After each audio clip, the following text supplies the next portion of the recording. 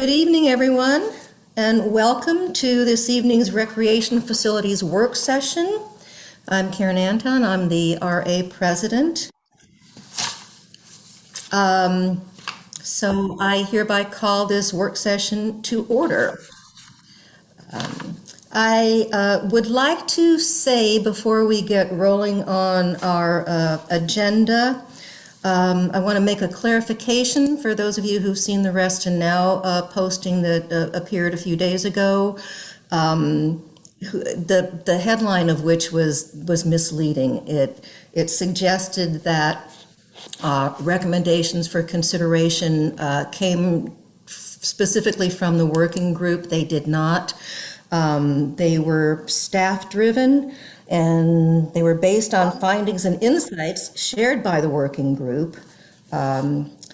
This is going to be a very long and thoughtful process to evaluate what we might consider as we move along this year, and it will involve much community input and discussion before any decisions are made. So we are not going to be making any decisions tonight. That's many months down the road.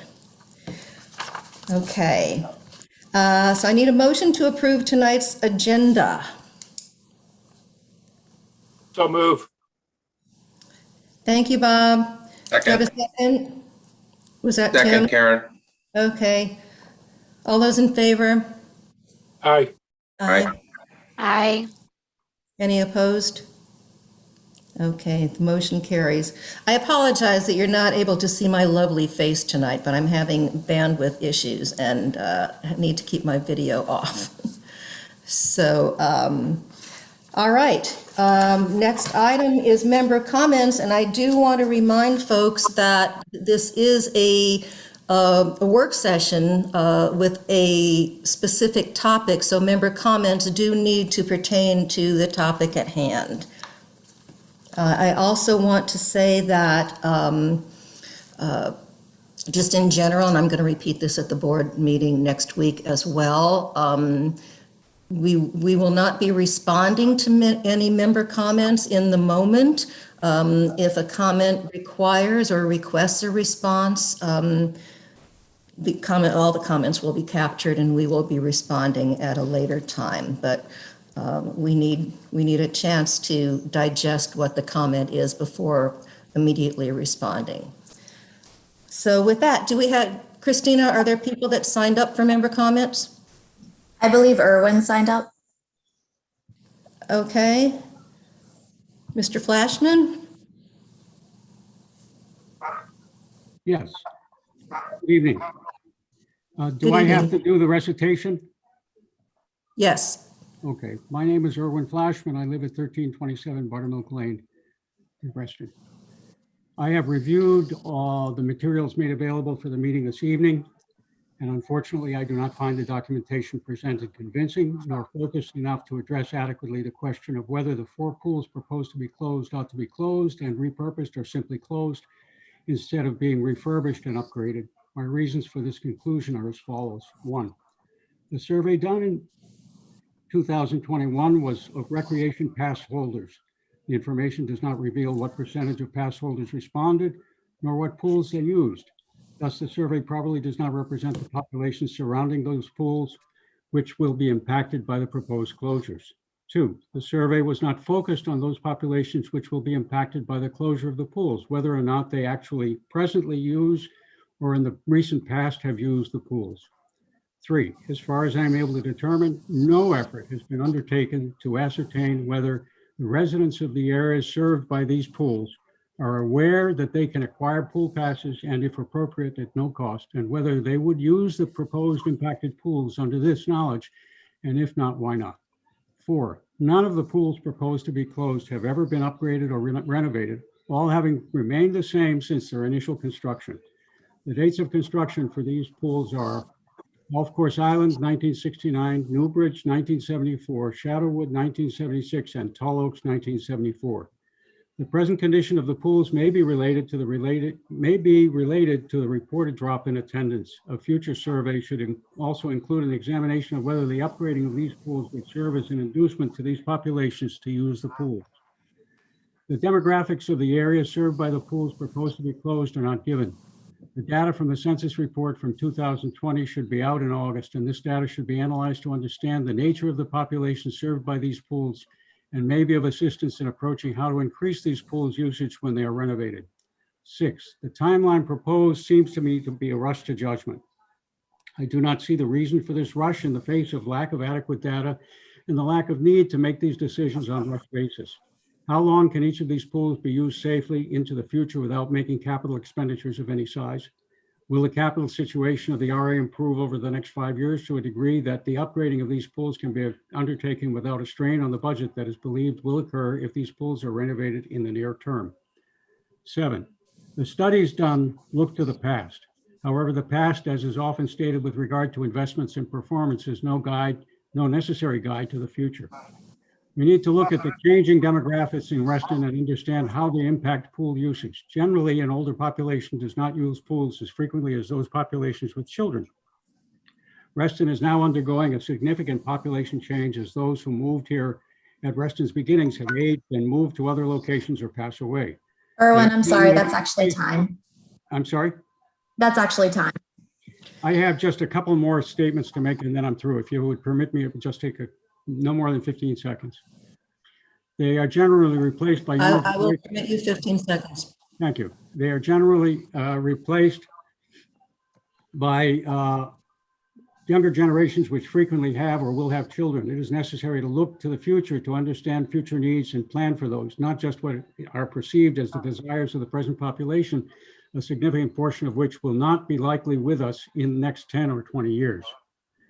In summary, a much deeper study is necessary to look at a lot more data and to assess future needs and desires of the entire population, present and future, not the past, to make determinations which are for the future. Thank you. Next, Thank I'm showing that Dee would like to make a comment. Thank you. I appreciate the work that has gone into the working group report. And I understand that Excuse me, for interrupting, Dee. I need you to state your name and address, please. Oh, I'm so sorry. Dee That's okay. Anderson, 2153 Golf Course Drive. Right around Thank the you. corner, right around the corner from Newbridge Pool. I would like to echo what Erwin said, that the magnitude of these recommendations and the proposed timeline, which seems to only run through August for this current phase, seem extremely reactive. I understand that the working group was put together and it was initiated by the whole Lake Thoreau pool problem, and I appreciate that. I had two comments about the data. First, I noticed that spreadsheets don't address pool capacity, only pool numbers. The number of visits cannot be more than the pool capacity. And we've also got an issue of pool operating hours. Over the last 10 years, RA has been chipping away and chipping away and chipping away at our pool hours. I think it would be really interesting to look at some of the larger pools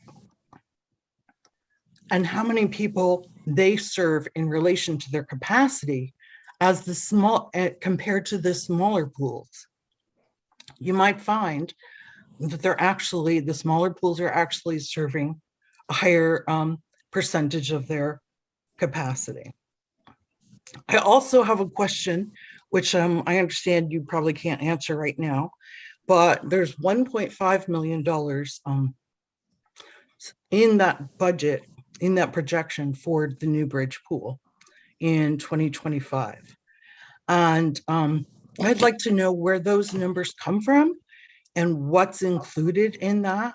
Where is the design process, or is it just a sort of a placeholder number? Because when you remove that 1.5 million capital projection, the Newbridge as a pool is quite in line with the other ones. Thank you. Thank you very much.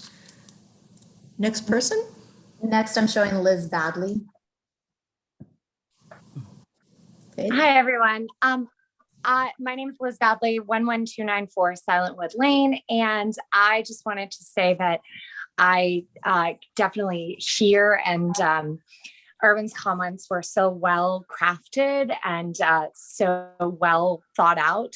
I definitely see a lot of what he's saying, and I'm really hopeful that I'll get to be a part of the Parks and Recreation Advisory Committee to help continue to work on this problem so that working together, we can all come up with a solution that really meets the needs of all the residents and satisfies like what we need to do to keep RA, doing what it does best, which is serving the residents. So I just wanted to make that comment, and I'm really hopeful that I get to be a part of that committee.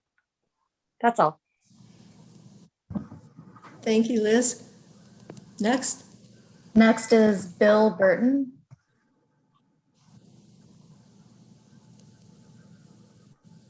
Hi, Bill Burton, 2034 Golf Course Drive in Reston. Thank you for allowing me to speak. I want to echo many of the comments that our cluster president made recently, and just say how important this pool is to the community. Newbridge Pool was a workhorse last year. It was one of 4 pools initially opened during the pandemic. It is a flat pool. It does not have a retaining wall that needs costly maintenance. It is accessible by a quiet road. Kids do not have to cross a busy street to get to it. And most importantly, I think our area is undergoing a population boom that may not yet be reflected in the usage numbers for the pool. I mean, a lot of people have moved out in the last 2 or 3 years, and we have baby strollers everywhere. So I think it's premature at this time to propose that Newbridge Pool be anything but a community pool. And I strongly urge the committee to keep it going, recommend that it stay viable and active. Thank you very much. Thank you, Mr. Burton. Anybody else, Christina? Yes, so next is Tara Winfrey. Hello, can you hear me? Yes. Okay, sorry, I'm in the car. Tara Winfrey, 1640 Bentana Way, Reston, Virginia. I live near Tall Oaks Pool. I'm speaking on behalf of multiple neighbors. We would like to implore the committee to not explore the option of closing Tall Oaks Pool. As I'm sure you're aware, we just had new development put in where the Tall Oaks Shopping Center used to be, with tons of new families moving in. So our pool, we believe, is going to get utilized a lot more. The other point we also want to make, as we noticed in reviewing the materials, is that Golf Course Island, the next closest pool to us, and Tall Oaks are up for consideration of doing something different. And where our fear is, if we lost both pools, the closest pool would be North Shore, over a mile away, and that would cause us to have to drive instead of our current pattern of walking and riding bikes. And there's no parking at North Shore, as you guys know. That's all. Thank you for your time. Thank you, Ms. Winfrey. Okay, next we have Julie Hanson.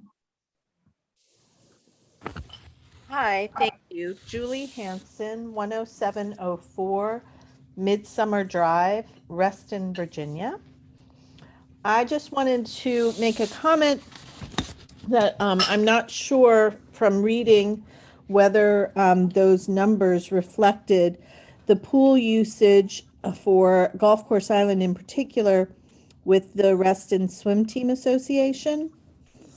So whether the swim team usage was considered, because we don't swipe or sign in, but we definitely utilize those pools quite a bit. The league, during the time frames that were listed. The league had 800 to 1,000 swimmers split across 8 to 9 pools. We practiced 5 days a week plus 8 meets. And that is a lot of usage that I don't think was reflected in those numbers. That's a lot of residents and children who were utilizing those pools, in particular Golf Course Island pool, which I also would like to note that as the previous person commented, to repurpose both Tall Oaks and Golf Course Island pool would be a big detriment to the people who live in those areas, because those are their 2 closest pools. I do think that those pools have not received any renovation, and I think that and why those numbers are dropping could have to do with that as well. But I hope that the usage by the Reston Swim Team Association is taken into consideration with these numbers. Thank you. Thank you very much. Okay, next, have any more? Sarah. We do. Sarah Clark. Hello, Sarah Clark, 1646 Park Crest Circle, Hi. Unit 301, Reston. I appreciate the group wanting to have data to be able to evaluate pools.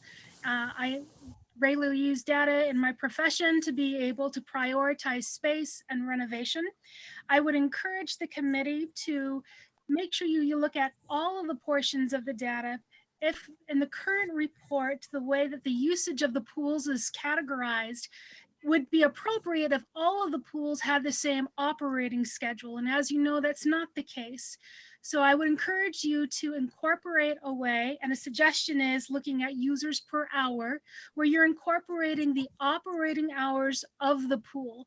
I did a quick comparison of 2016 and 2019 and found that when you do look at users per hour, Tall Oaks pool beats out Ridge Heights pool in their users per hour. And you just weren't able to see that in the way that you're currently analyzing your data. I think that's a really important aspect, especially for making decisions and understanding where the use is. The second part would be, I would like to see further definition and standardization of how you're counting users at the pool. As you know, that the way that you entered the pools has varied from just the lifeguard signing you in to then a card swipe system. And I know that just my experience at the Tall Oaks pool, that the lifeguards, once they get to know you, they just tend to wave you in and you don't get counted. And that's going to give your data a skewed number. So I would highly suggest that you establish and define and standardize what it means to what the data collections look like. I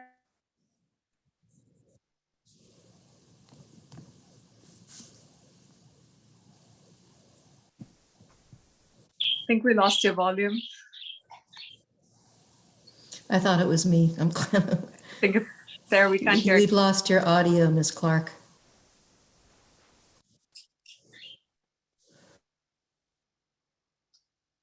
How much did you hear? You're back.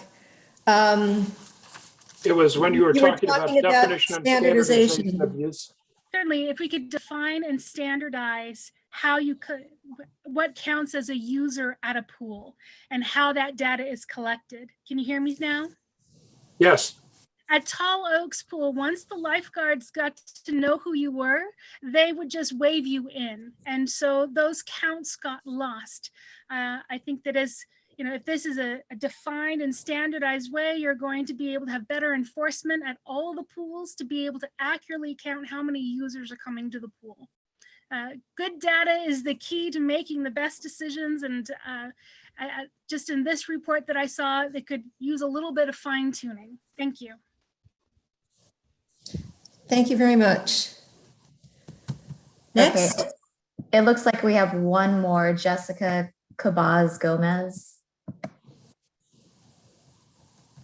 Hi, this is Jessica Cabazz Gomez, 2168 Golf Course Drive, Reston, Virginia. I'm right next to Newbridge. I strongly echo Sarah's concerns regarding the data and comparing apples to oranges where you haven't standardized for operating hours.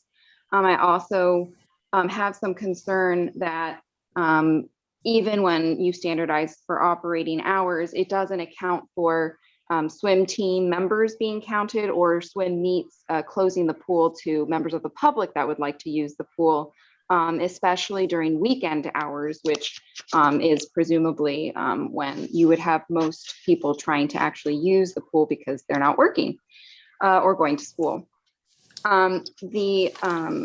So a way to show camp usage or swim meet usage that's actually either counting towards pool usage or blocking access for usage. The other adult swim hours obviously are popular. So even regardless of the pool hours, having dedicated adult swim hours, which seem to draw some crowds in the evenings for people that are finishing work, is another area that would likely need to be standardized. And my last concern, which I don't think anyone has really addressed yet, is it seems like the report showed that several pools were going to have upgrades in addition to just required renovation. For example, it seems like there's going to be a zero entry addition to one of the pools. And I have big concerns about adding luxury additions or upgrades to pools when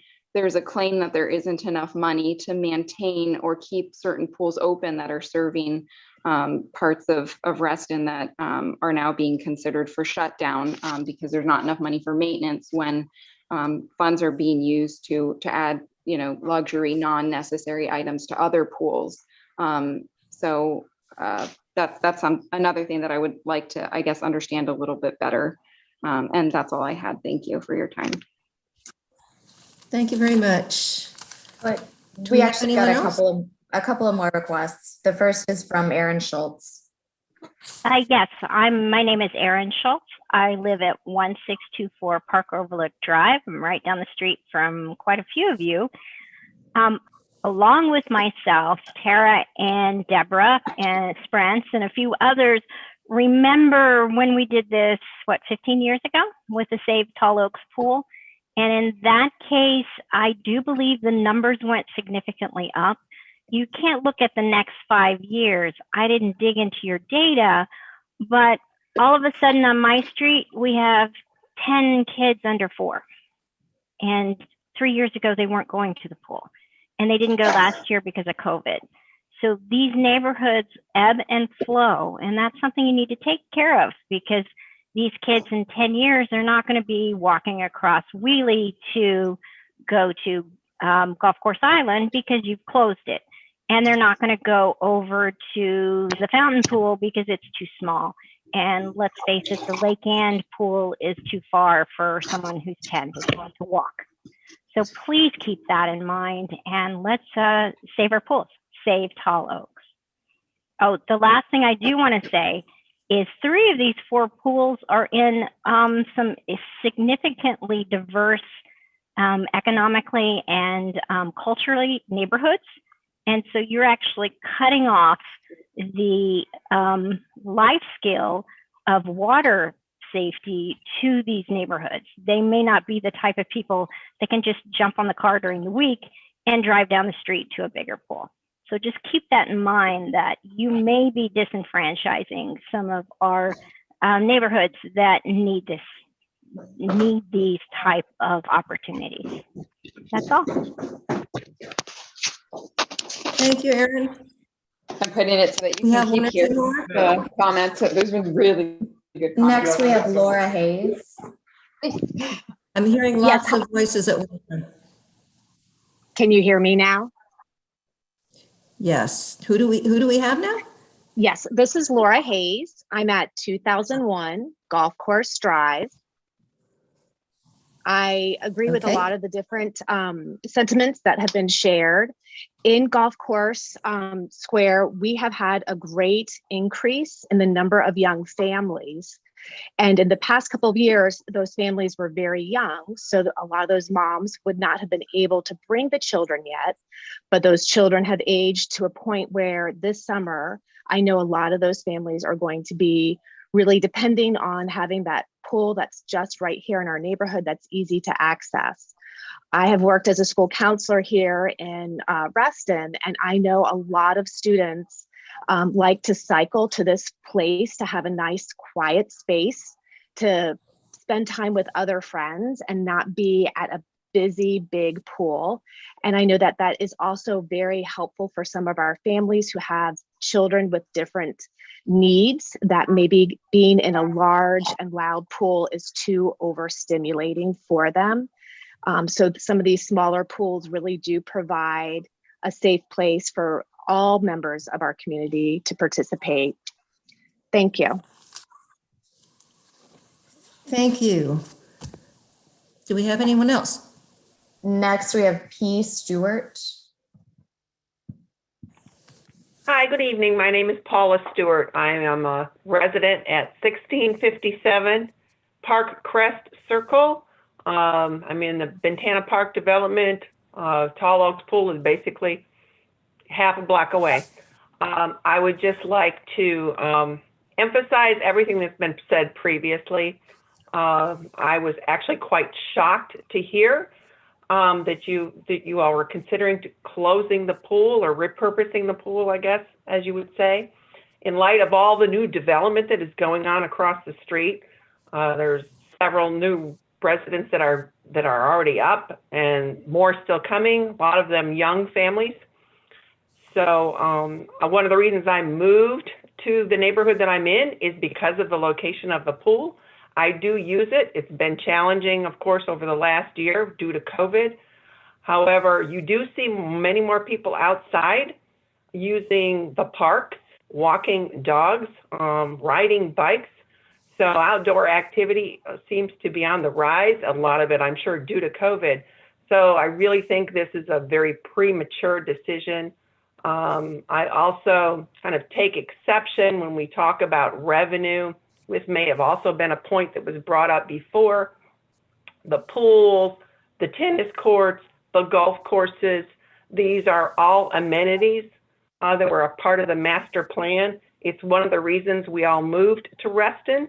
So to start losing those amenities seems very contradictory to the master plan. So I just wanted to put my 2 cents in and let you know that I really think that this needs more thought. And I certainly am in favor of renovating the pool. The other thing I was curious about was there's been a lot of renovation on the Tall Oaks pool the last couple of years. They just redid the baby pool last year. They did do some deck work around that pool last year. So I'm not familiar with what all you are planning to do or the details behind all the renovation that has to happen, but it certainly seems like there's been some renovation. So anyway, and right now it certainly is. It's not pleasant to walk by that pool right now. It's got very little water in it, and what little water that's in there is dirty and nasty, and it actually has an odor. So again, just really want to echo what everybody else has said.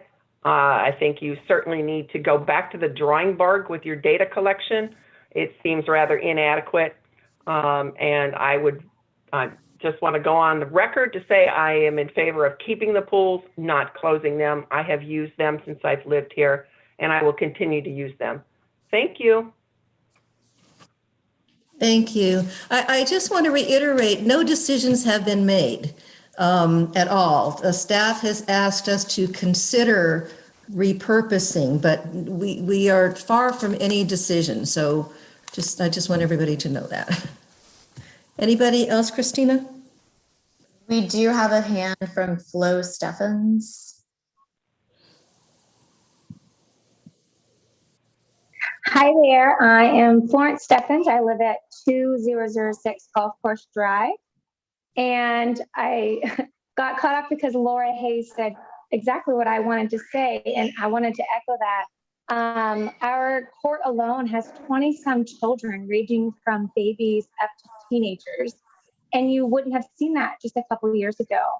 And then the metro is within a mile walk from our neighborhoods, and this pool, it's along the trails. I think that it would be just devastating to see that joy that is brought to this community taken away. And so I just want to echo what Bill Burton, what Laura Hayes said, and just we love our community. We picked this house because of how close the playgrounds and how close the pool was.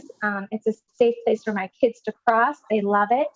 My youngest is just under 2, and she's so excited to go swimming this year. And so just want everyone to take that into consideration, just the amount of kids that are coming up that haven't had that chance to enjoy their beautiful neighborhood pool.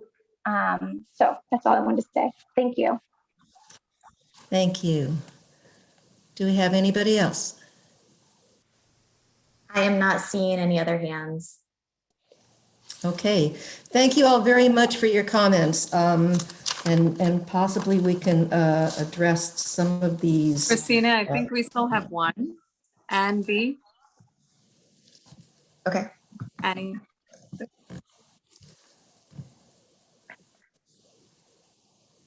Hi, sorry, I was trying to figure out how to unmute myself. I am Annie McDonough. I live at 1530 Park Glen Court over in the Ventana area of North Shore Drive. I will say this, that when I moved in about 1.5 years ago, having a pool on my street was a really big perk for me. And also, as you guys noticed, you know, the Tall Oaks townhouses and condominiums are going up. So there's going to be a lot more of families and individuals living just in the small little area. And that complex itself will be immediately across the street from the Tall Oaks pool. And as Erin and everyone and Sarah have mentioned, there is a lot of new families. Like on our street alone, there's a dozen kids under the age of like 4 that'll be, you know, ready to go to the pool in just 1 year or 2 to be going there on a frequent basis. It would be really, really nice to have the Tall Oaks pool open for us to use in our community. Thank you. Did I see one more pop up? I'm seeing a hand from Amy Alexander. Okay. Hello, this is Amy Alexander at 2204. My daughter Gaia Alexander would like to put her 2 cents in. 2204 what? Golf Course Drive. Thank you. If you close the pool, then the people who work at the pool will lose their job. And I really like playing in the pool. It's super duper duper fun. And I don't want you guys to close it since it's a great pool and we live super close to it. I like just walking down there with my friends, my mom, and my family and playing in the pool with them. Thank you. Hi, Thank how old are you? Thank you. Is that our youngest member comment, Larry? I would guess so. I believe so. Okay, if that is all the member comments we have. Actually, I see one more hand now from John's iPhone. God love us. Okay, John? Yeah, I finally succeeded in unmuting myself. I'm glad you're having this initial session and making it public to the extent we can make things public these days with this inadequate Zooming. I would like to ask, in conjunction with your consideration. John, for the record, excuse me, John, for the record, could you please give your address? Oh, sure, absolutely. 11437 Washington Plaza West, here in Lake Ann. I have a big pool in front of my house. It's a lake, but we have a pool nearby that's also a key community amenity. My question on this is, as you pursue these, looking at reviewing pools, obviously, and I know you've got some legitimate capital expenditure outlook reasons for reviewing pools, if you should also review the kinds of activities that RA is sponsoring at these pools to attract people to them and to make them more useful to the people who live in the community. Things that would be age appropriate for younger children, for example, couples swims, this kind of thing. I don't see a sign that RA is promoting activities that make the pools not just places where people can swim, but where people can gather in neighborhoods. I think you got a key opportunity to do that with this exercise as well. That's my only thought to contribute to the group. Thank you. And I think that's it. That's it. Okay. Thank you, everybody, for your comments. Next item on the agenda, is Larry Butler, COO, to review the Recreation and Facilities Working Group findings and recommendations. Larry, it's all yours. Alrighty, thank you, Karen, and good evening, members of the board. And it's great to see so many members of the public joining us tonight. Obviously, it's a very hot topic amongst the community. So, Laura, do you have the slide deck? All right. Hopefully you can see that. Pardon? Hopefully everyone can see that. I can. Yes. Okay, very good. Great.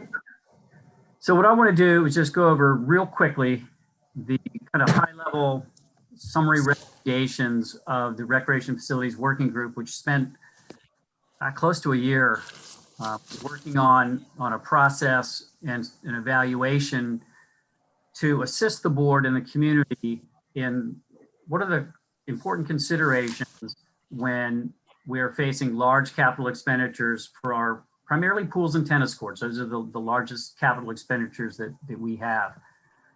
So if you want to go to the next slide, please, Laura. So we're going to talk, again, at a very high level, the workflow for facility investment process, and then the actual facility evaluation process. We get a little bit more specific there. Next slide, please. Now, I want everybody to memorize this. This is a difficult slide. I'm not going to spend much time on this because we're going to break it down in slides after this. But this is the overall process that the Rec Facilities Working Group came up with. And again, I'm not going to go over this. It's hard to see probably if you're looking on a small laptop screen like I am, but we'll go into the individual parts. The key part I want to say on this one is the far left upper box, which is basically what's the kicker for looking at whether a facility should be considered for something other than what it is if there's a major capital expenditure, and the facilities working groups put that threshold at $500,000. So if there's $500,000 that's going to be spent on a facility, should the board, and their recommendation was the board should take a look at that facility and say, is there something else the community might value other than what's there today? And perhaps what's always been there for 30, 40, 50 years. So again, I'm going to break down this process a little bit more in the next slides. So these are the key elements of that. Identify the facilities. I just talked about the threshold that the working group recommended to really start the process. And the key part, which we heard a lot of member comments about this tonight, identify community needs. So the Parks and Rec Advisory Committee, some of the prospective members, a lot of them I think are on this call tonight, they're going to play a key role in this, in being the, really the sounding board and going out to the community and getting the information. What are the values of respect to the various facilities that the board may consider at some point in time. And again, I do want to reiterate what Karen has already said. There have been absolutely no decisions made whatsoever on any of these facilities. So that's a really important factor. And then we're going to talk a little bit about initiate the facility evaluation process. And also want to talk about some of the decision points that the board has in this, because ultimately the board of directors makes all these decisions, and then ultimately we initiate the project. Next slide, please. So again, going to a little more specifically, this goes back to that threshold question. Again, it's almost exclusively pools and tennis courts that exceed the 500K number in renovation. And I want to point out that virtually every pool we have was given to us by the developer, and we now own those. And as an organization, we have the responsibility to own, operate, maintain, repair, and replace, unless the board of directors decides otherwise. a key element to that, though, is that many of these pools, as most of you on this meeting know, were built well before many of the current codes. American with Disabilities Act, all kinds of health and other building codes that apply. So when we go into a facility to renovate it or repair it, we have to bring it up to all current codes. And we feel, I can certainly speak for the staff here, that we feel we have a duty that when we go in to do a major renovation on a facility, making it ADA accessible is extremely important. And that's one of the reasons that I know there was a speaker about this earlier, that there's a zero depth entry and a ramp into the current plans for the renovations of Lake Throw Pool. We think that's a very important element. So again, we're looking at the 5-year look ahead with respect to those capital costs. And those are started with the reserve study, which is a required study that the association, all community associations have to do by statute once every 5 years. We also look at the current condition. That's based on annual inspections that our staff do each and every year. If there's something really tricky, such as like with Lake Throw Pool, we may have to call in an engineer or a specialty evaluation to make those determinations. Next slide, please. Then identifying the community needs. This is absolutely one of the most key elements to this whole thing. And the only way to do that is to engage the community. And we haven't started this process, and the intent, and this is ultimately up to the board as part of the Parks and Rec Advisory Committee work plan, the intent from the facilities working group was that PRAC would play that key role to go out into the community to learn about what they need, what they value, if they like exactly what's there. Is there something else? Is there something in a renovation or an entirely different facility that community may value more? And so we have an existing capital improvement communications process. I think that's on the next slide. And I'm not going to go through this, but there's lots of different avenues to get that word out. And a key element to this, of course, is going directly to the community that's most impacted. For those of you who were involved with the Lake Throw Pool, we sent out, 300 postcards. It was like a quarter mile around there. We had people from other parts of the community as well, which was great. So we had a lot of engagement with the people who really cared about Lake Throw Pool. That's really what we should be doing for each of these facilities. And again, I think, staff working with PRAC, that is the way we're going to have that unfold. And that really only happens if the board decides that they want to take a hard look at that facility. Next slide, please. So the facility investment review process, the facilities working group worked a lot. We had meetings almost every other week for quite some time.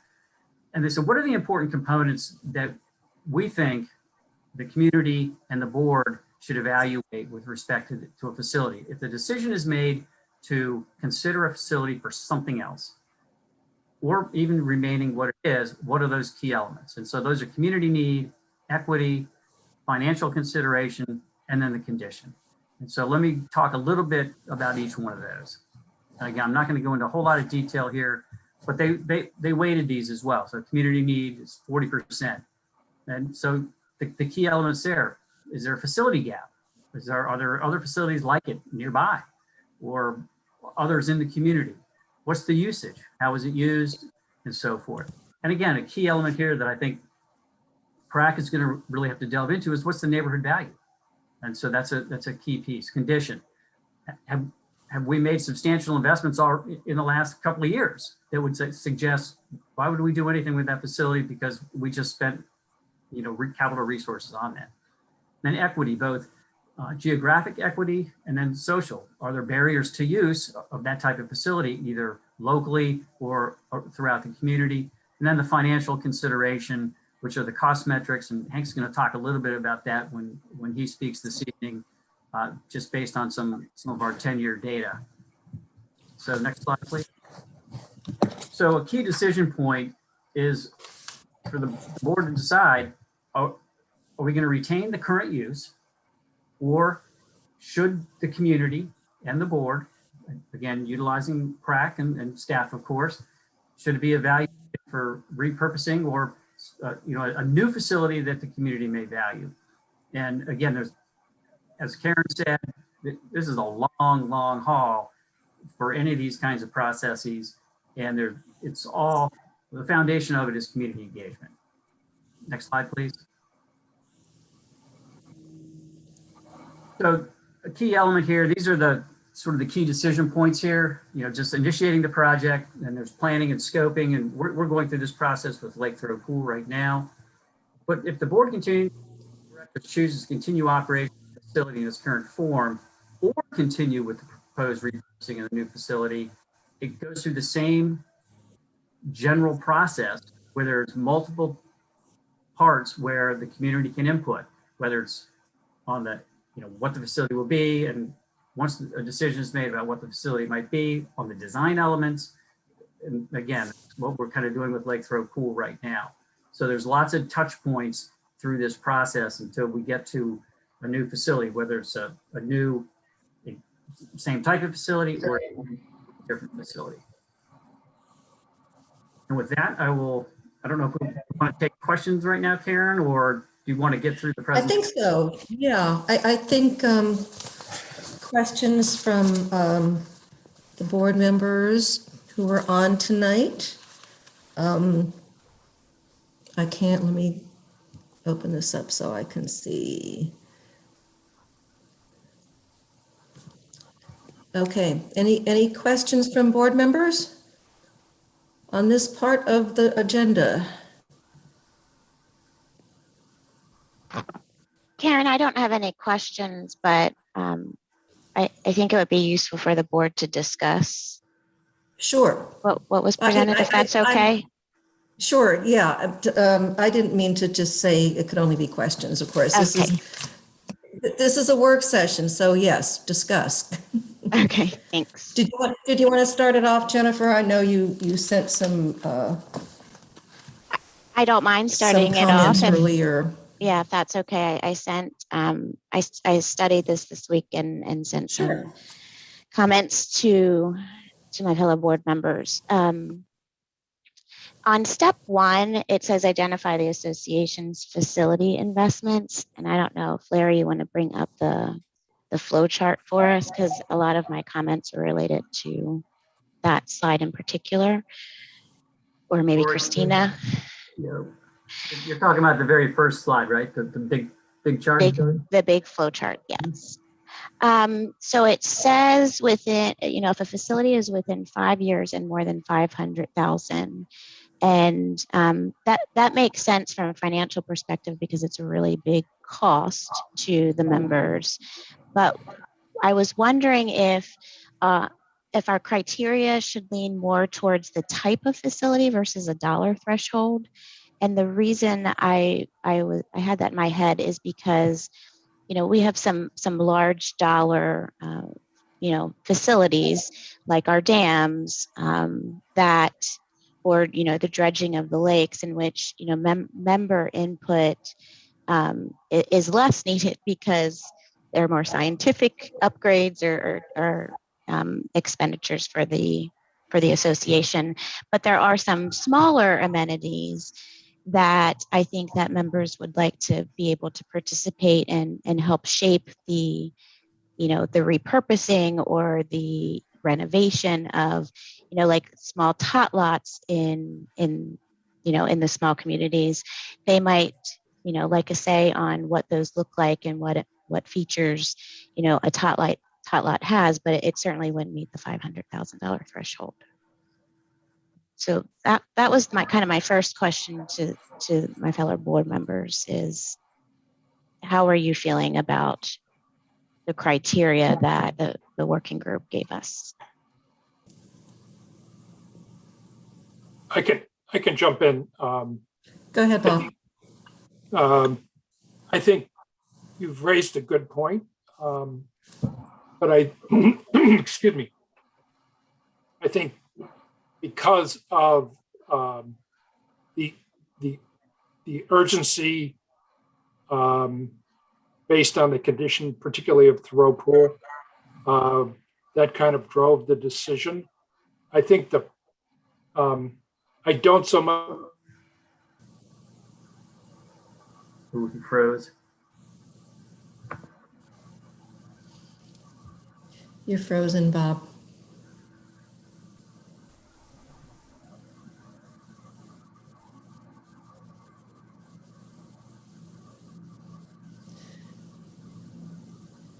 While Bob is trying to unfreeze, does anybody else wish to say something?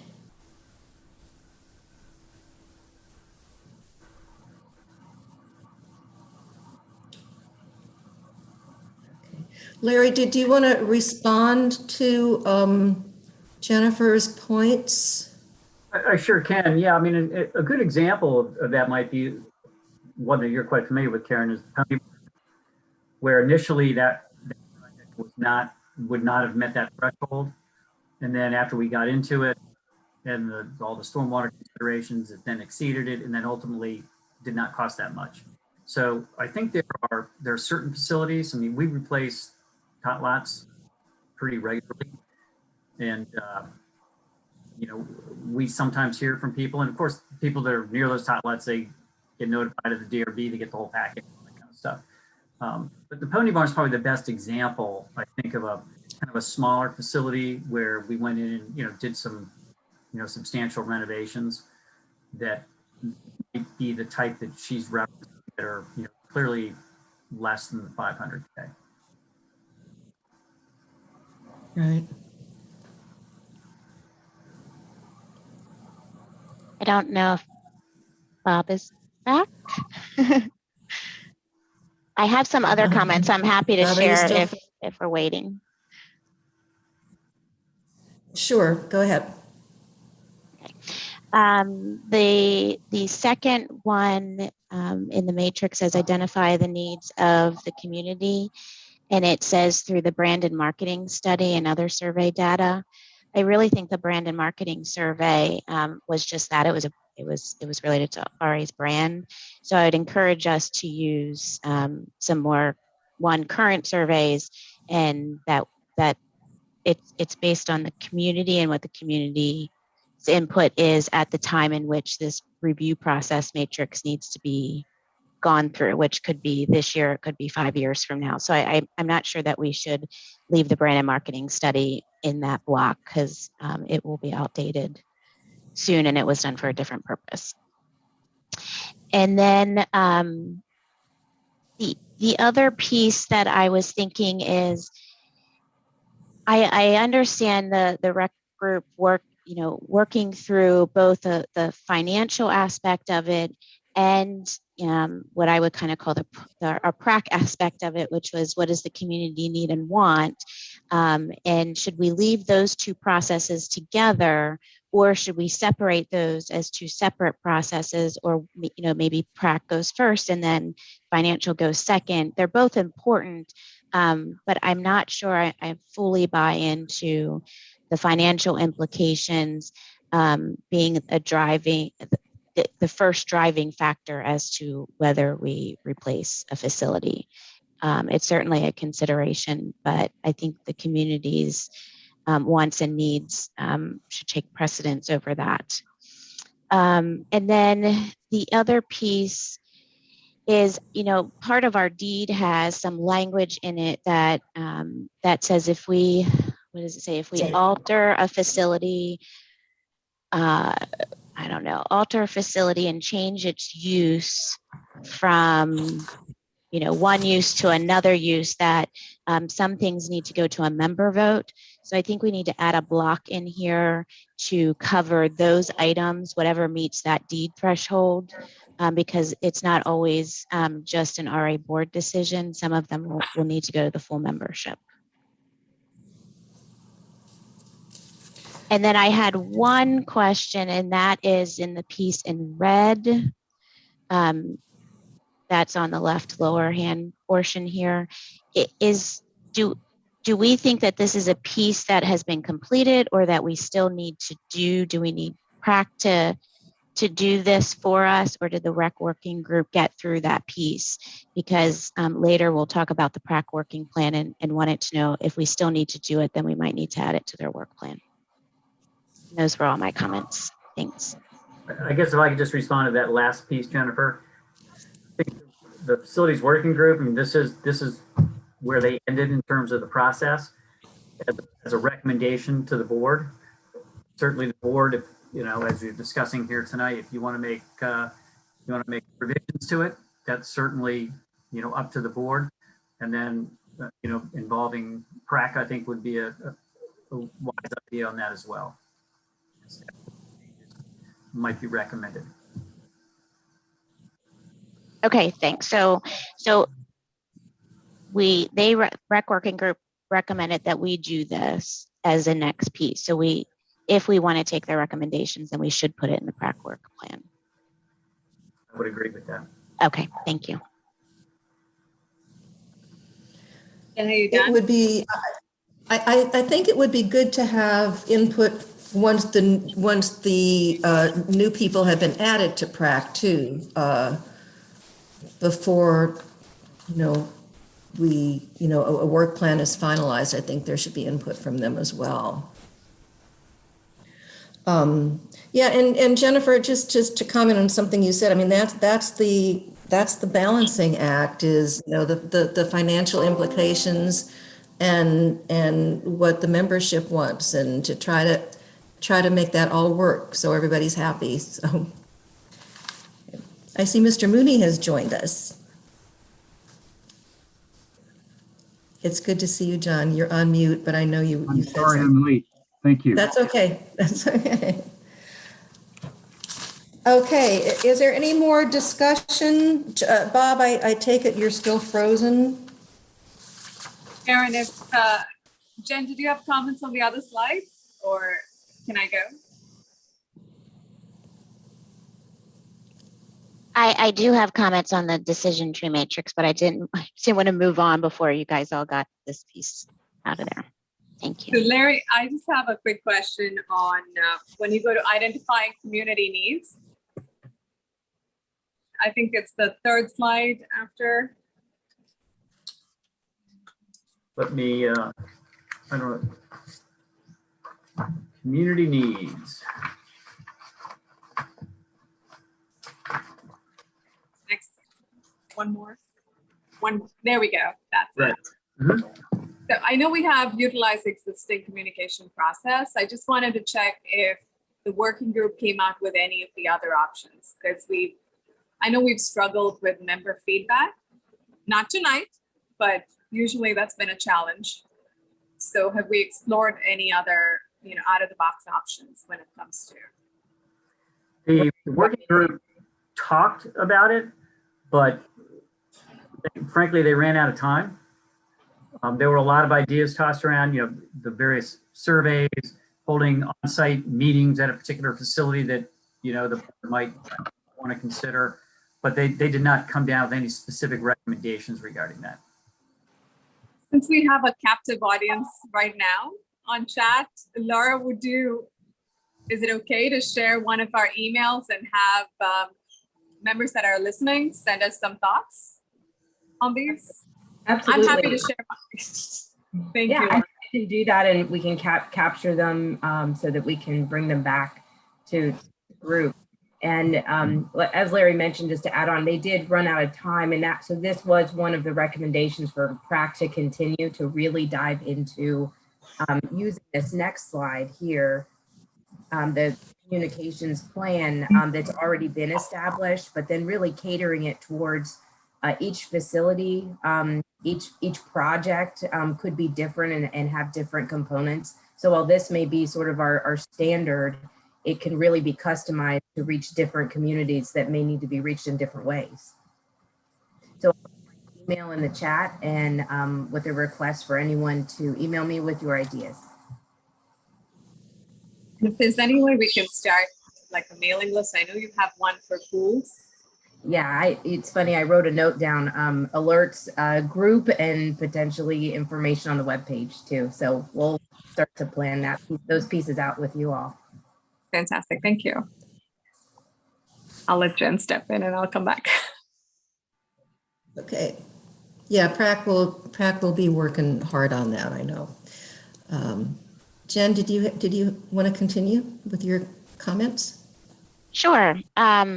The other one I had comments on was the decision matrix components slide. So it says at the top, it's the 4 boxes with the different percentages. Mm-hmm. So the first box says community need, and I'd like to add and want. And the reason I'd like to add that is because I think it matters what the community wants. And it also aligns with our strategic plan where I think it's number 7, goal 7, says needs and wants.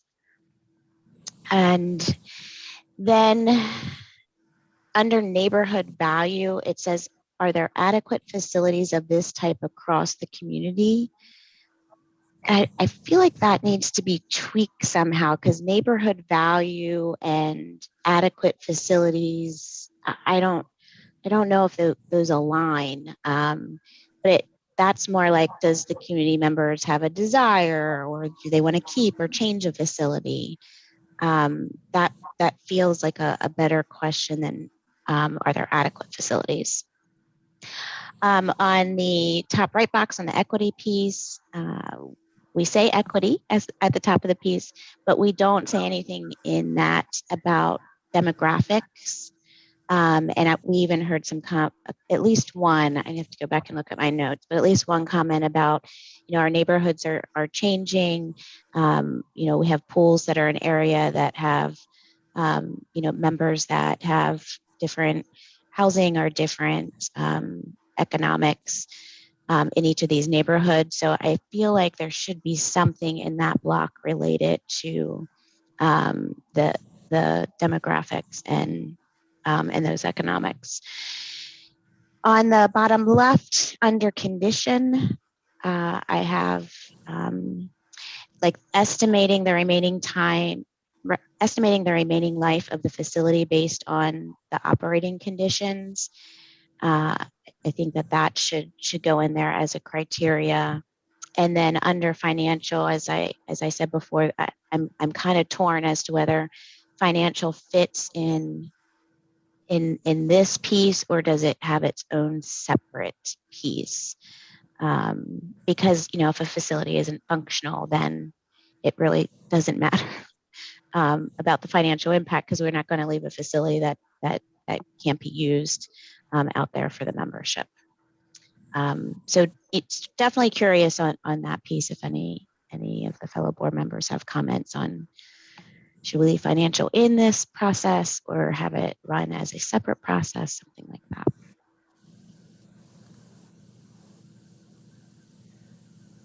So this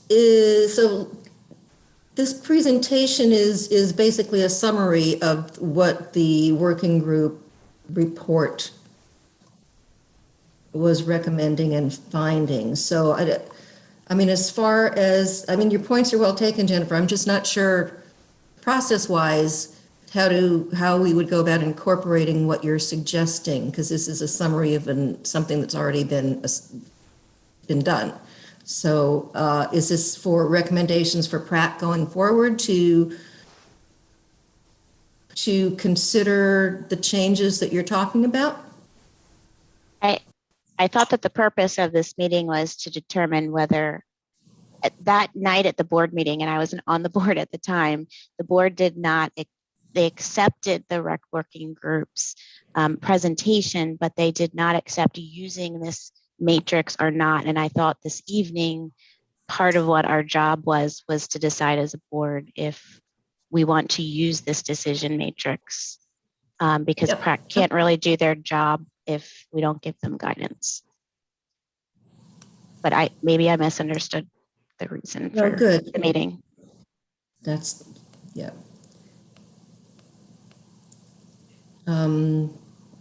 Yeah, I guess you're right, Jennifer. So I guess I need input from the other directors to see if you concur. This is Bob Petrino. I think I'm back. I've unplugged everything I can possibly unplug and still connect. So hopefully I'll hang in here this time. When I first looked at this process, I as a as a former consultant, I was going to start to tweak it in my own style. And I thought to myself, if we use this as a good starting point, as opposed to, the one and only way, I think we will be better served. One of the comments by one of my colleagues on the fiscal committee said, if our objective was to close a pool, we would pick the most expensive one to operate and close it. And that he was only being partially facetious. So this is going to be a much more nuanced process than I think has been suggested. Certainly, in terms of usage, I thought Sarah Clark's points on how to refine the data and how to collect better data are absolutely spot on. Other comments on usage. One of the limitations as Hank will get into the data later, is that we were using individual swimmers. So that, as opposed to which swim teams, and various people brought those things out. Those have to all be integrated into this. Another thing that I've been thinking about is the growth in Reston is largely going to be in the TSA areas, which are not part of, are not right now part of Reston Association. And if we accept a significant portion of the growth into Reston Association, we won't need fewer pools, we'll need more pools. Because under the current comprehensive plan, the potential increase in population could be as much as 90,000 people. And we go from having abundance of riches in pools to being behind the eight ball with much less opportunity to purchase property to repurpose it as a pool or some other purpose. So the more I look at this, I think this is something is a great starting point. I think it behooves all of us as directors to be more engaged in the process and not step on Prac's toes in terms of, but be much more cognizant of their work. And then secondly, in terms of engagement, one of the possible ways is through covenants, because Cam Adams and his staff reach out to a significant portion of the community in the clusters, in the townhouse clusters, and through his contacts, we could engage the community with a survey and then keep them informed on an ongoing basis.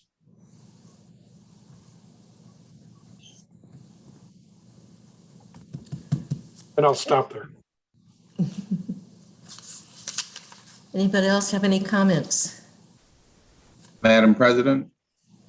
Yes. I have a question for Larry about the facility decision matrix. And the four components are weighted: 40%, 25%, 20%, 15%. How are those percentages arrived at?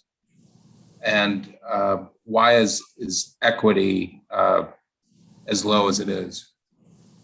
It was arrived at after considerable amount of deliberation amongst the working group members. They went back and forth, scrubbing those percentages, adjusting them, and this is where they ended up. There's no other explanation than that. Thank you. You're welcome.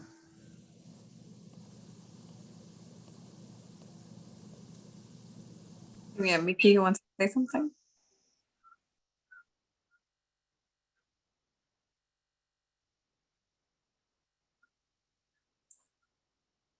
Anybody else have anything that they would like to comment on this portion? Karen, I think you have, since it's a joint session, can we have Mickey from the rec working group share her thoughts? Or, I don't know, you know the rules though. I'm not sure I know that rule.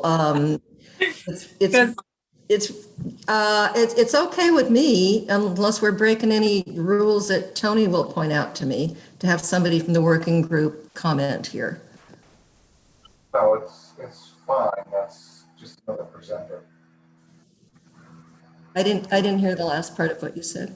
I said, well, just to be clear, this is not a joint session. This is a session of the board. Correct. This person will be treated as another presenter to the board to aid you in your decision-making process. Correct. Okay. I'm fine with Mickey making a comment here. Are you there, Mickey? Well, it probably isn't worth all of that effort. You better make it good. Goodness sakes.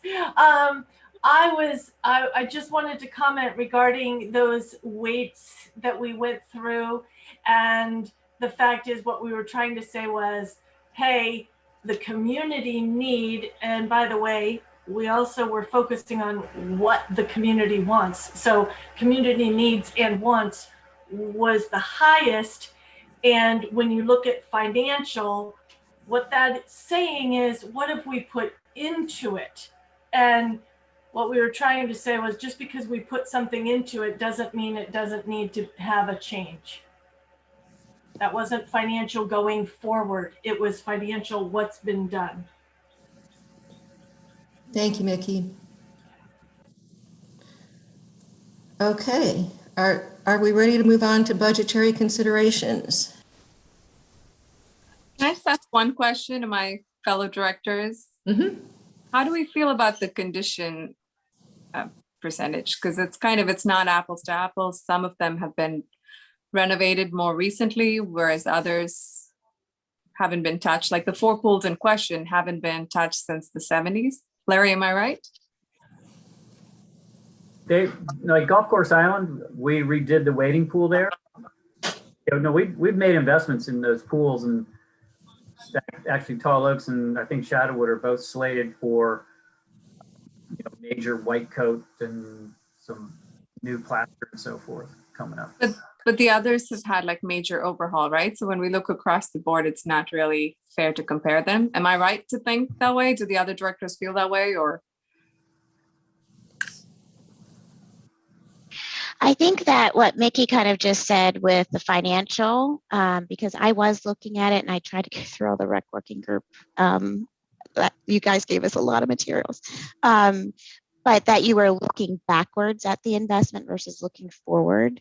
That makes more sense to me, that you're looking at investments. But I see your point, Sarah. Like when you pop one facility into this matrix, you're looking at that one facility singularly, and is part of the criteria. The group of facilities that are related or similar in type to this, also a factor in whether it gets replaced or not. So it makes sense that we need to look at them as a whole. And we have to look at them all individually and evaluate them, because there will be different characteristics. I've been talking to people on a very informal and non-scientific basis, and it surprises me how many people use an array of pools over the course of a summer based on what they are doing at the time and how many people are at a given pool, because it it would be interesting to find out how many people are like my older friends that make use of as many as 4 or 5 different pools over the course of a summer, because they all have different characteristics, whether they want to be in the sun, they don't want to be in the sun, they want, how many little kids are in the pool. That will tends to drive things. Yep, good point, Bob. And I can't overemphasize that I don't think in the final analysis, as we are a homeowners association, this is, and although we have the obligation to prudently manage money, if the community as whole is willing to support 15 pools or 50 pools, and they're willing to pay for it, away we go. We'll have 50 pools. But those decisions are made. The difficult part is projecting forward. It's much easier to look backwards and say, look backwards and say, well, things have changed. Yes, they have. We're in the midst of a major change. Even in my own neighborhood, it used to be all empty nesters, and probably of the 24 homes in my immediate vicinity, half of them have been sold to much younger families, much more like the situation was when I moved into Reston many, many years ago. Yep, it's not an easy thing to. It's not an easy thing to reach a decision on for so many reasons. Yep. Right. Yep. Okay. Anybody else have anything to say before we move on to the next item? I guess I'd like to know, what is our next steps? Like, we all just gave comments, but what are we going to do with them as a group? That's a good question. I'm not sure I have the answer, Jennifer, but I'm hoping by the end of the evening we will. Okay, then I say then, yeah, let's go on. What was the expectation of the rec working group from sharing this document with us? Are they looking for the board to approve and accept? Or are we looking for feedback so then they can go ahead and do something with PrAC? One question I have is, did we look at anything else other than pools? I mean, did we look at tennis courts? Did we look at, and what is the decision process for those? So is this is the first version, we're talking pools, we come back in a month and we talk tennis courts, or is this pools and done? Like, what is the expectation of the board from staff and the rec working? If I can respond to that, Sarah, this is Larry. So that was the $500,000 threshold. That's where the working group focused, where, as a threshold. And that takes care of virtually every major pool renovation and every major tennis court renovation, which are they're the big ticket, most expensive capital items we have facing us over the next 5 to 10 years. They did not get into, replacing a pavilion or a top lot or a multi-purpose court. Those are pretty, by comparison, they're fairly run of the mill. What was the staff or board's or the rec working group's expectation of the board on this report? So maybe Mickey can speak for that, but my take on that is that they were hoping the board would adopt this process and ask PrAC to start initiating it on those facilities that the board chose to take a harder look at based on the criteria that they suggest. So tonight, if we say we're good with the matrix, then we go with, so we make tweaks here and then we go ahead, or do we get another run at this? I think that's up to you all. Madam Chair? Can we take a vote on approving this tonight? Or because it's a work session only, can we not do that? I don't think. We have a majority of the board here. We could take a vote. I would suggest don't, but I think we could. Madam Chair, this is the special meeting, so you have all the powers of any normal board meeting, as Treasurer Petrine observed. Okay, it's not identified as a special meeting, it's identified as a work session, and I thought that you had indicated, no, I guess I was reading a comment from Irwin that was of the opinion that we could not make any decisions, but I mean, these are our decision/action items on the agenda, so I'm hoping that we can, you know, we can move forward. If that's the sense. Bob, you were saying you don't. I would prefer that all 9 members be party to the, but I will defer to everyone else. My personal preference would be to, if we're going to, the board, each of the 9 members of the board are going to be held responsible for the process going forward, like it or not. So they better. Everybody better buy into the process that we decide. And if my esteemed colleagues want to take a vote tonight and move forward, that's I made my position known. I think it's a workable process, but I'd like to get the 3 members, I think it's 3 members that aren't here now, get their views. Yeah. And I know that there's chatter going on in the chat box, and Larry has said it at least 4 or 5 times. There has not been a decision made to close any pool. Correct. So please. And I said it, just 2 or 3.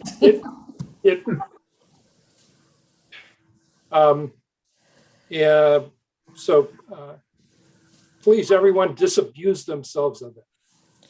Yes, don't. And I know that was. We want to keep the panic level down. Yes, There's no need exactly. to panic about anything at this point. This is the beginning of what's going to be a long process.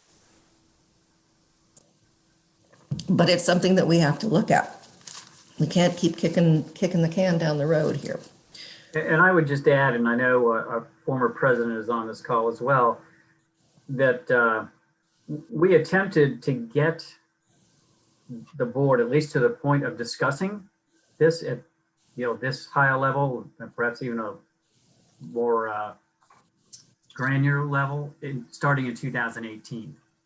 And so, right, Karen, the can has been kicked down the road about 3 years, and so I'm excited to see this process go forward.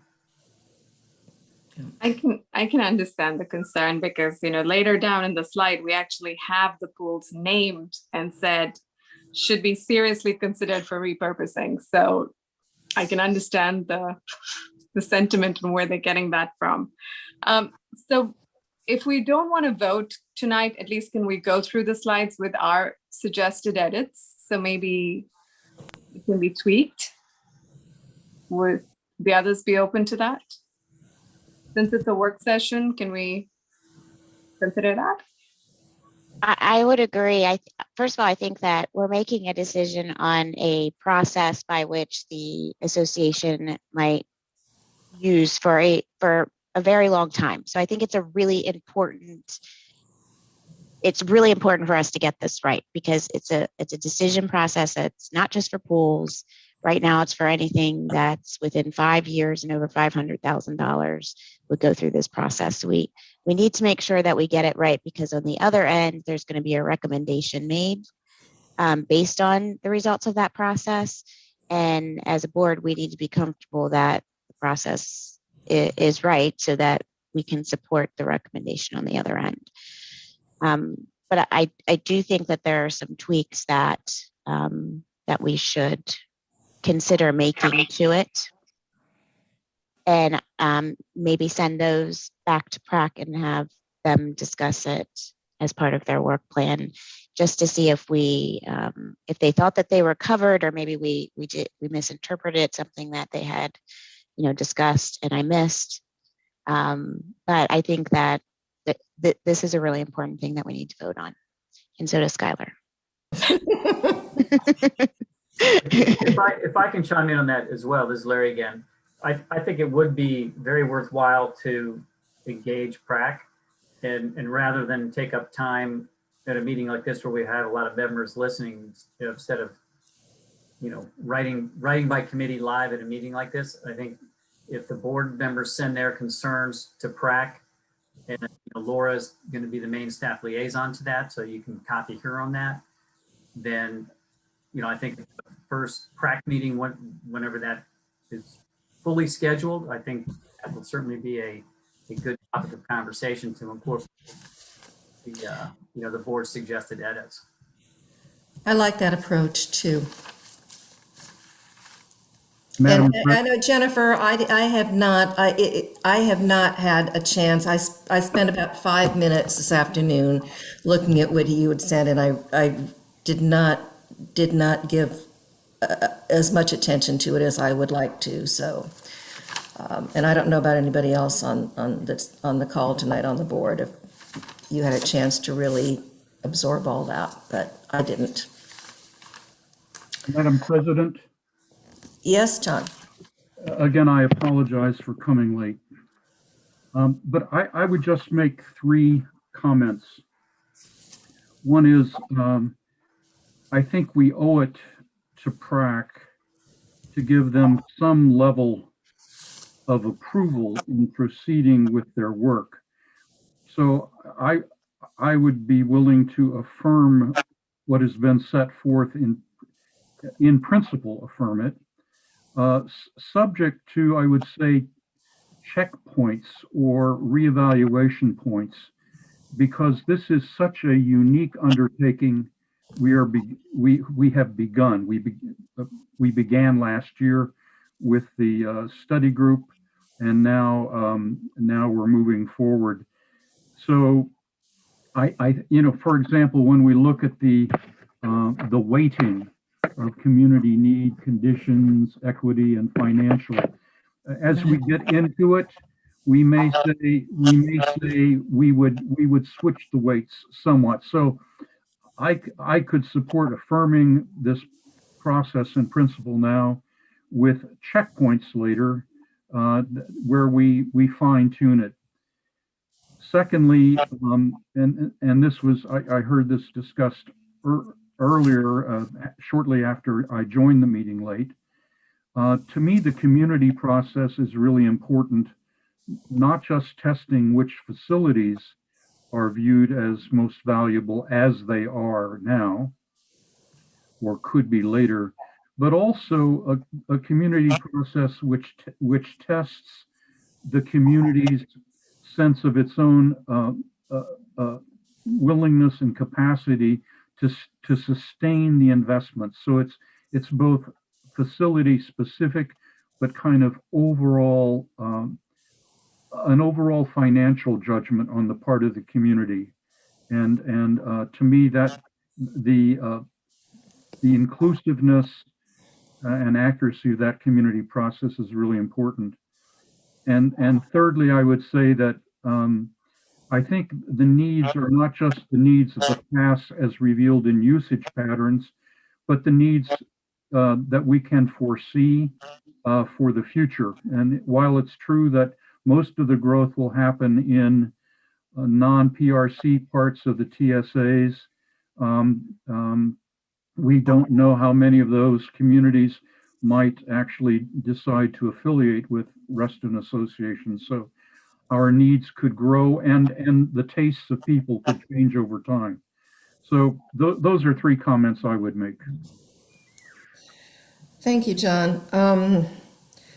Well, if we're going to send this on to PrAC and then follow up with our tweaks, do we need to affirm something tonight in some kind of official way?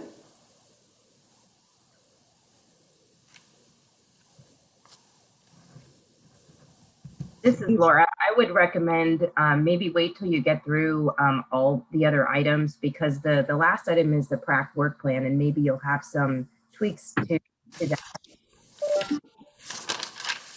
Okay. Okay. Well, let us move on to the next agenda item, and then before we adjourn tonight, we can figure out what we're going to do. Is that okay with everybody? All right. Yep. Okay, budgetary considerations, Hank, you're on. Hey, thank you. Christina, and I apologize, my camera is freezing up my computer, so I'm going to just be able to talk to you all evening. Christina, can you call up the slides, please? I think I just want to clarify, this is sometimes one of the things I get worried about when information goes out before we're able to present it, because this information is meant to tie into the flow chart that the Recreations Facility Working Group put together that Larry just presented. So if it's just seen in its rawness, and it sparks a lot of questions, a lot of speculation. Also, and I apologize for that. So I'm going to try to explain what this is about. This is about that 15% financial piece. It's also coming out of the fact that we're really in the depths of looking at the 2022, 2023 biannual budget, and looking hard at costs and expenses, and where we're spending our money and what we think are going to be high spend areas down the road. So one of the things we did is kind of look at the major amenities that really cost us the most, and that were the pools and the tennis courts. So if you just kind of go with me, they're kind of divided into two sections here a little bit. The next two, this slide and the next slide, show the usage of all 15 pools over the past 20 years. Ultimately, if you go to the last column, it shows where growth and decline, and this is from 2000 to 2010. It shows growth and decline in basic usage. Now, usage is not individuals. Usage is when someone with a pool pass comes in and uses the pool. And so it could be 3-4 times a week this individual comes in. We do not have individual numbers of how many people are actually using it, just how many times the pool was used. I've highlighted a couple of things I think are interesting to follow through this. The first one, which is the second number down, or the pool down, Dogwood Pool. If you look at it across from 2000 all the way over to 2010, it shows that it kind of declined in usage by a little over 1,000 over that 10-year period, which is basically a 25% decline. And I'm going to tie back into that when I get to the next slide. If you go down to the next pool, which is Glade, and you look at it from 2000 over to 2004, it kind of was flat. Something happened in 2004. Why did it jump from 7,000 to almost 30,000 in 1 year? And that's when they added the slide.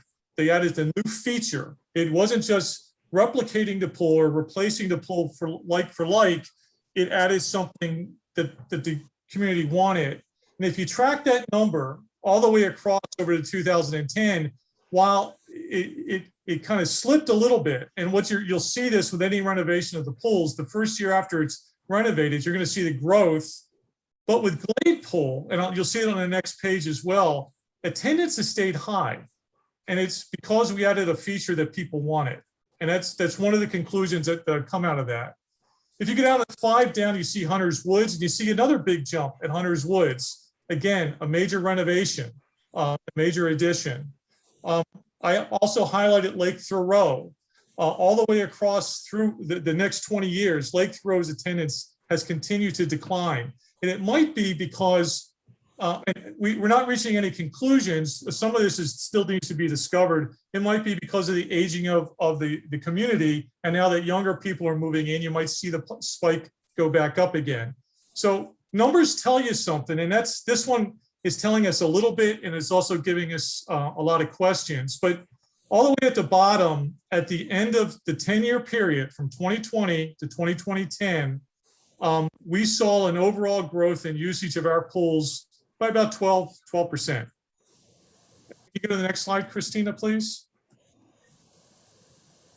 Okay, this one now goes from 2010 to 2019. This is the year before COVID, and obviously anything that happened last year is kind of out of sorts. If you go over to Dogwood again, now I mentioned that in the previous page. In 2011 and 2012, you see 0 because there was a major renovation done at Dogwood. And if you look at 2013, you see the number actually doubled from what it was the previous 10 years on average. It got quite large. And then it started to slip. Now that pool was basically renovated in the exact same way that initially there was no new exciting features added. It was just made a much better pool. But if you go all the way over to 2019, what you see is attendance kind of slipped back to essentially where it was in 2000. And basically in 2000, attendance was 4,470, or usage. In 2019, usage was 4,843. So in that 20-year period, even after we renovated, you saw basically usage only go up about 300 to 400 people over that 20-year period. That tells us a little bit, because if you go down to the next one and look at Glade Pool, if you track it all the way over to 2019, while it's had little bumps up and down a little bit, it has stayed high. Even in 2019, where it's got 21,000 usage. That's telling us that adding a new feature that the community really likes and wants is going to keep that usage up. And it could also be that the assumption on our part may not be totally accurate, but it's certainly something that these numbers are telling us a little bit about.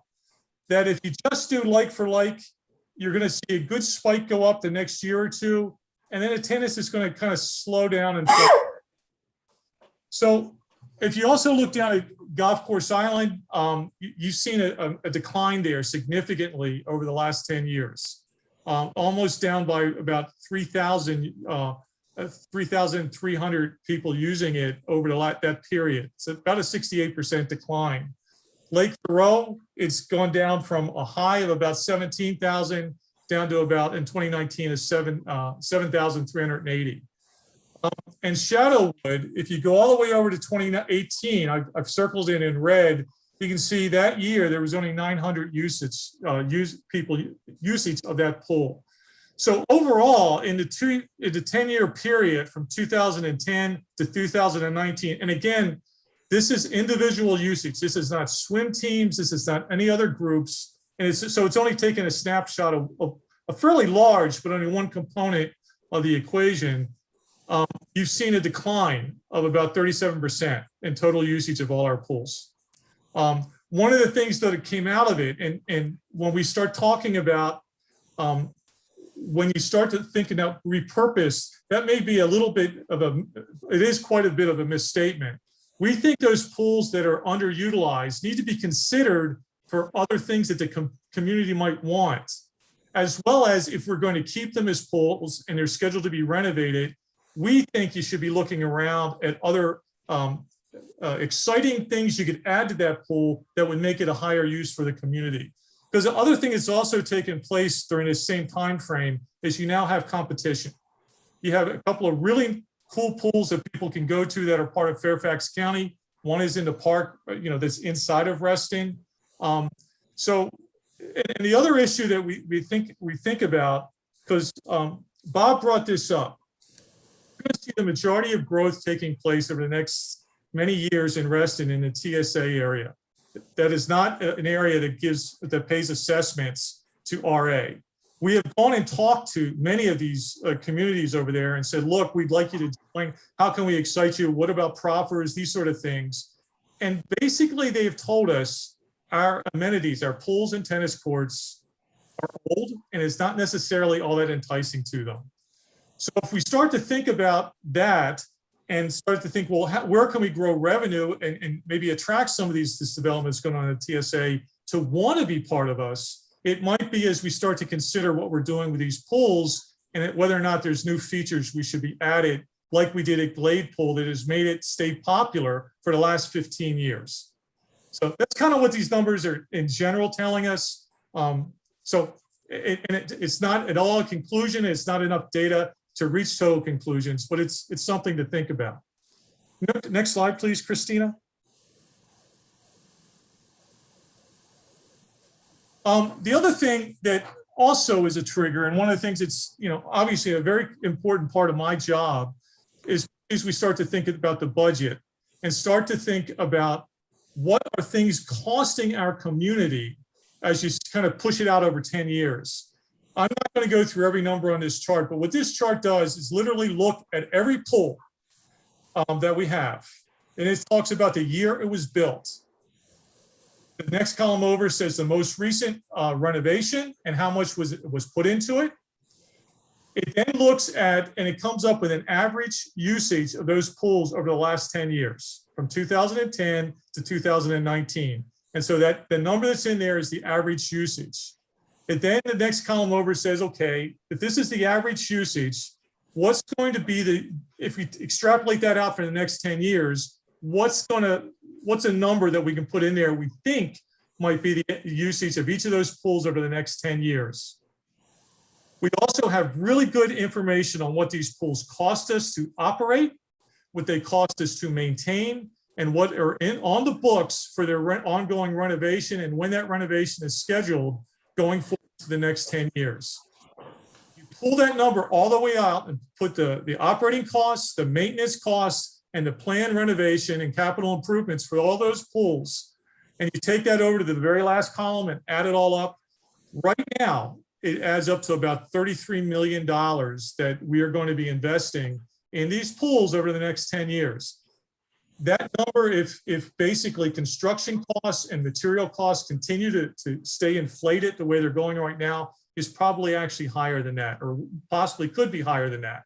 So these numbers are based on numbers we had from last year. Next slide, please. So if you take that information and then you look at each of the pool and you look at the average usage based on what's the 10-year average cost of each of these pools, you then can extrapolate out in general an average usage cost. And the 4 pools that were mentioned at the last page here are pools that had a cost above and beyond what the other 11 have. The other 11 pools in our system, based on usage and other 10-year extrapolated costs to operate and capital, are going to run us about $23.55 per use.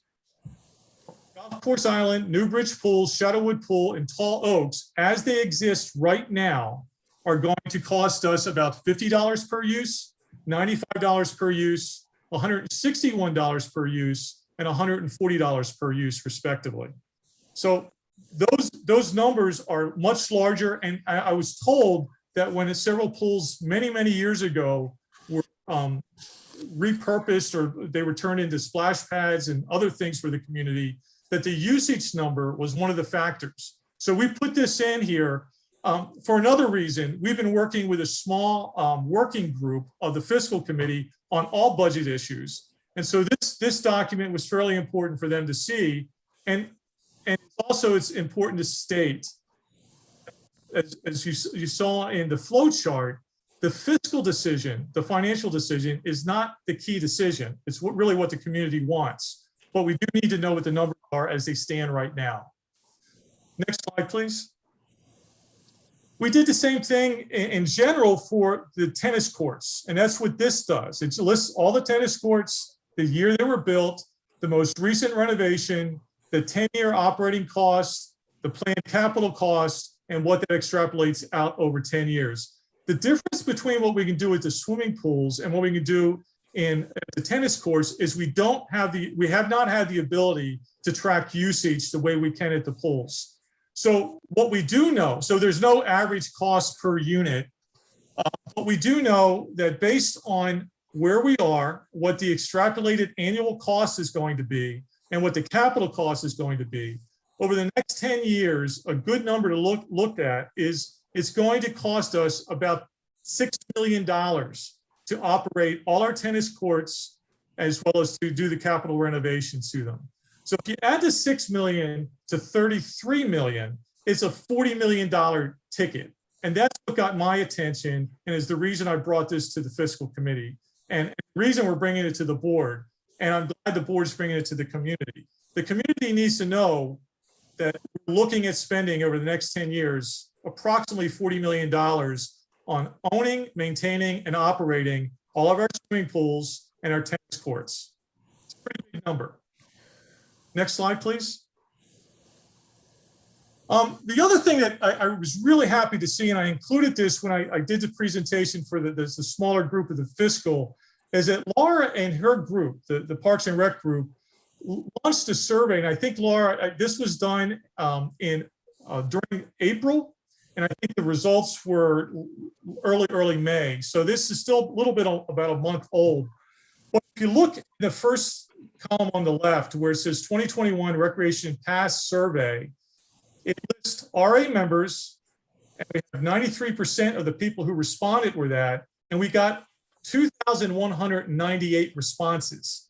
That is an incredible survey result. And I know Laura will be able to make all of this available to you, but I kind of cherry picked some information to share with the fiscal committee and others as we kind of go through this process to learn a little bit. Because one of the things we're trying to drill down to is, besides usage, what is actually the number of individuals that are using our pools? And we don't have that information. We just have usage. But if you look at where it says, what activity will you participate in this summer? And it said that 76% are going to use recreation open swim. They just want to come to the pools and enjoy them. So that's 1,800 respondents.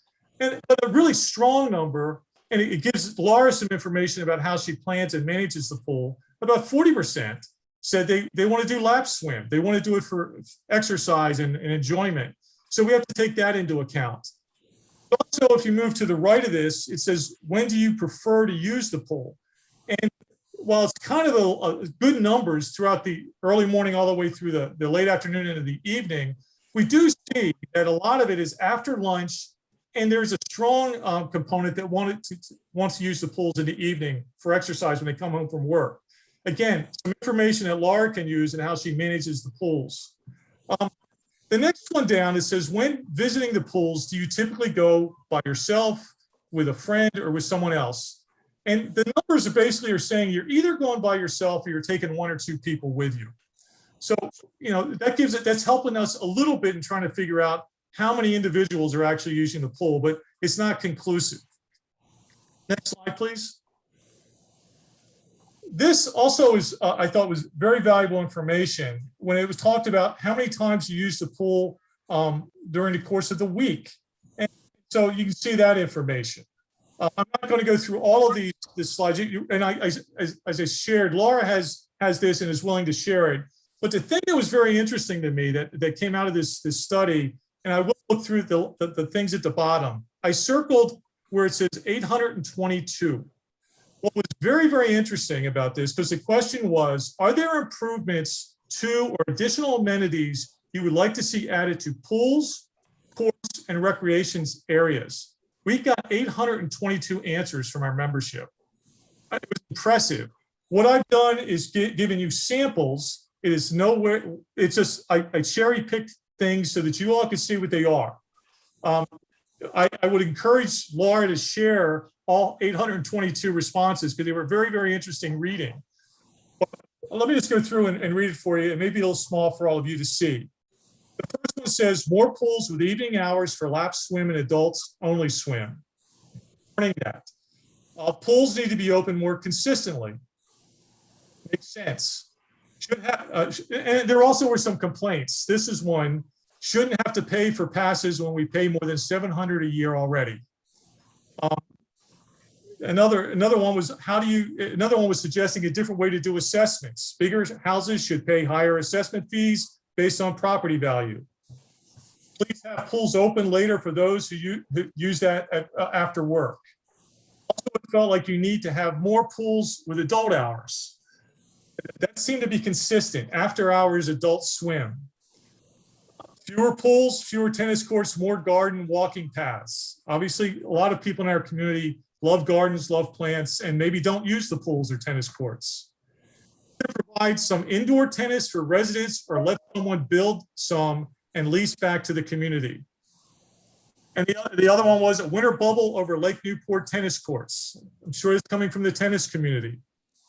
I like to see the basketball courts repaved. The new one in Newbridge Court is badly cracked and warped.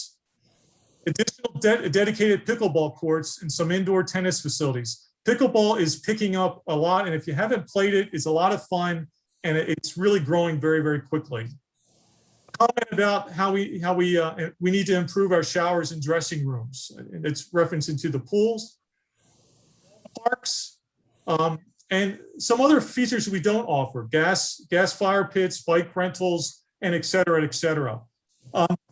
So these were also additional information, additional amenities that the Recreation Facility Working Group I know thought about, and I think PrAC is going to also need to consider as they go through their process. Down to the last slide, please. What we came up with were basically observations. They were not recommendations. They're just observations of what this little bit of data is sharing with us. And we really wanted it to basically spark this sort of dialogue so that we can start addressing these issues and recognizing some of the challenges we're facing. So over the past 20 years, RA has experienced a dramatic drop in overall annual pool usage, roughly 40%. We don't know necessarily the reason why. We speculated, and I've shared some speculation with you. Communities changing from older generation to younger generations moving into it may increase it. We do believe there is competition, and we do believe that maybe not everybody just wants to go jump in a pool. They want a feature like they have at Glade. Individual exceptions where this has occurred have been Dogwood Pool, which is over the 20 years seen about an 8% increase, and Glade Pool, which has seen about 170% increase. And Glade, as I mentioned multiple times, is the one that has that really cool slide. Both Dogwood and Glade pools have received renovations with the new feature at Glade. Lake Throw Pool, we're investing almost $3.5 million into it. And I think it's the right thing to do, despite the fact that you've seen a drop in overall usage. But I also understand that community is changing and younger families are moving into it. So who knows what that's going to be in the next 20 years. Over the next 10 years, RA is scheduled to spend approximately $40 million to operate, maintain, and address capital needs in all of our 15 pools and 50 tennis courts, 50 plus. It's a big number, and we all should be thinking about it. And obviously the bullet that I think got everyone's attention, based on the assumptions, the average usage during the past 10 years will continue for these pools will cost membership, and I already identified this, for Golf Course Island, Newbridge, Shadowwood, and Tall Oaks Pool. We are not suggesting at all that we close them. We're suggesting that we look at maybe going to the community and find out what the community wants. And if they want the swimming pool, but they may tell us they want other features, or they may tell us they want other things there. We're not suggesting at all to close them down. And a seasonal indoor racket sport facility could potentially be considered going forward. So that's kind of what these numbers are telling us. They're not definitive. They're just a snapshot, but they do give us a glimpse of what the challenge is. And the big challenge, and I don't want anybody to forget this, we're going to spend as a community to operate, maintain, and improve our 15 pools and 50 plus tennis courts, $40 million over the next 10 years. We need to think about it. That $40 million is not based on adding new features to the pools like we did at Glade. It's basically like for like with minor improvements like we're doing at Lake Throw. So that's where we are. Thank you. Thank you, Hank. Okay, discussion. I have a few questions. That's okay. Go ahead. Okay, let's go backwards. Let's start with the last point. Hank, the 40 million in 10 years, do you know what the total was for facility, aquatics separately, tennis separately, or,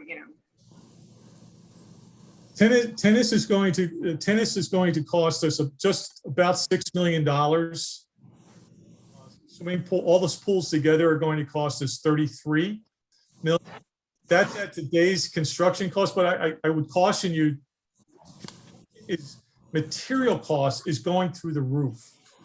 And I don't know if that's going to stay or if it's going to come back. Now, the numbers of material costs, construction costs is accelerating much more quickly than inflation.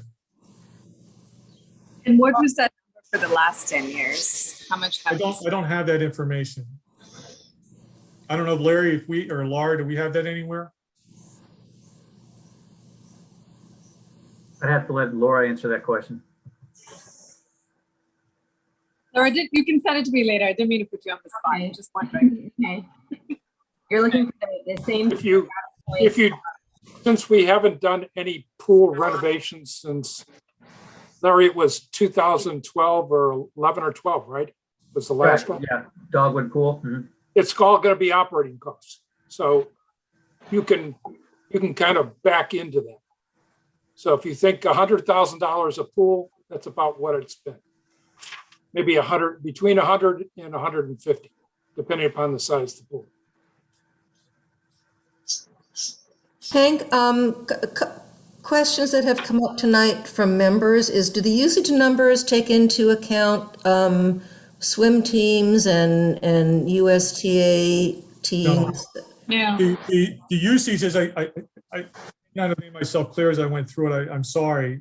Oh, you probably did. I'm kind of brain dead, but there's a lot of information here, so it's a lot to take in, and certainly it's taken me and others a little bit of time to absorb it. The usage right now we track at pools, and that is only for pool passes. It does not include swim teams or other groups that have contracted with us to use a pool. So like to drive the numbers up on the pools where they do that. To tennis usage, we do not have any way to track the number of people that go in and out of the gate. We've been thinking about it. And I don't know if, Laura, you might want to be able to explain a little bit some of the things we've been thinking about, but we right now are not tracking everybody who goes in and out and plays tennis. Right, we have currently the information that we have in addition to the pools swiping in and out. We have program registration, we have number of passes sold. For tennis courts, we have the number of passes sold where people have noted their intent to use tennis, and then the participation data from programs, leagues, and lessons. Ah, good. Thank you. If this is Larry, if I can add one point to the pool data, which I think is important, and I think somebody that was on the call earlier talked about the users per hour suggestion, and that's certainly something we can do. Made a note about that. But the data that Hank presented is open use hours. It's not program hours. And so it basically looks at, you know, if I decide I'm going to go to one of the 15 pools today, I'm going to go to this pool. So it's the by choice data. Got it. Where they're going. If they're just going to a pool that's open, you know, whatever that their preference may be, that's the data that's shown. And we also have done it, you know, because some of the pools close early, you know, we lose lifeguards and so forth. So we've also, I think, Laura, we have for, I want to say season 3 or season 4, where all the pools are open. You know, it's kind of the peak summer before we shut some of the pools down in August. And look at just that data too, which is, you know, kind of prime time. Also do that, you know, users per hour piece based just on that one season when all the pools are open. Again, and it's that open use data where it's sort of a by choice piece. Thank you. Karen, do you mind if I just go back to my question I asked first? Go ahead. Yep. So just roughly by just throwing out numbers at Bob. So it's about 22.5 million in about the maintenance costs for the pools, going like 100, 150 for 10 years.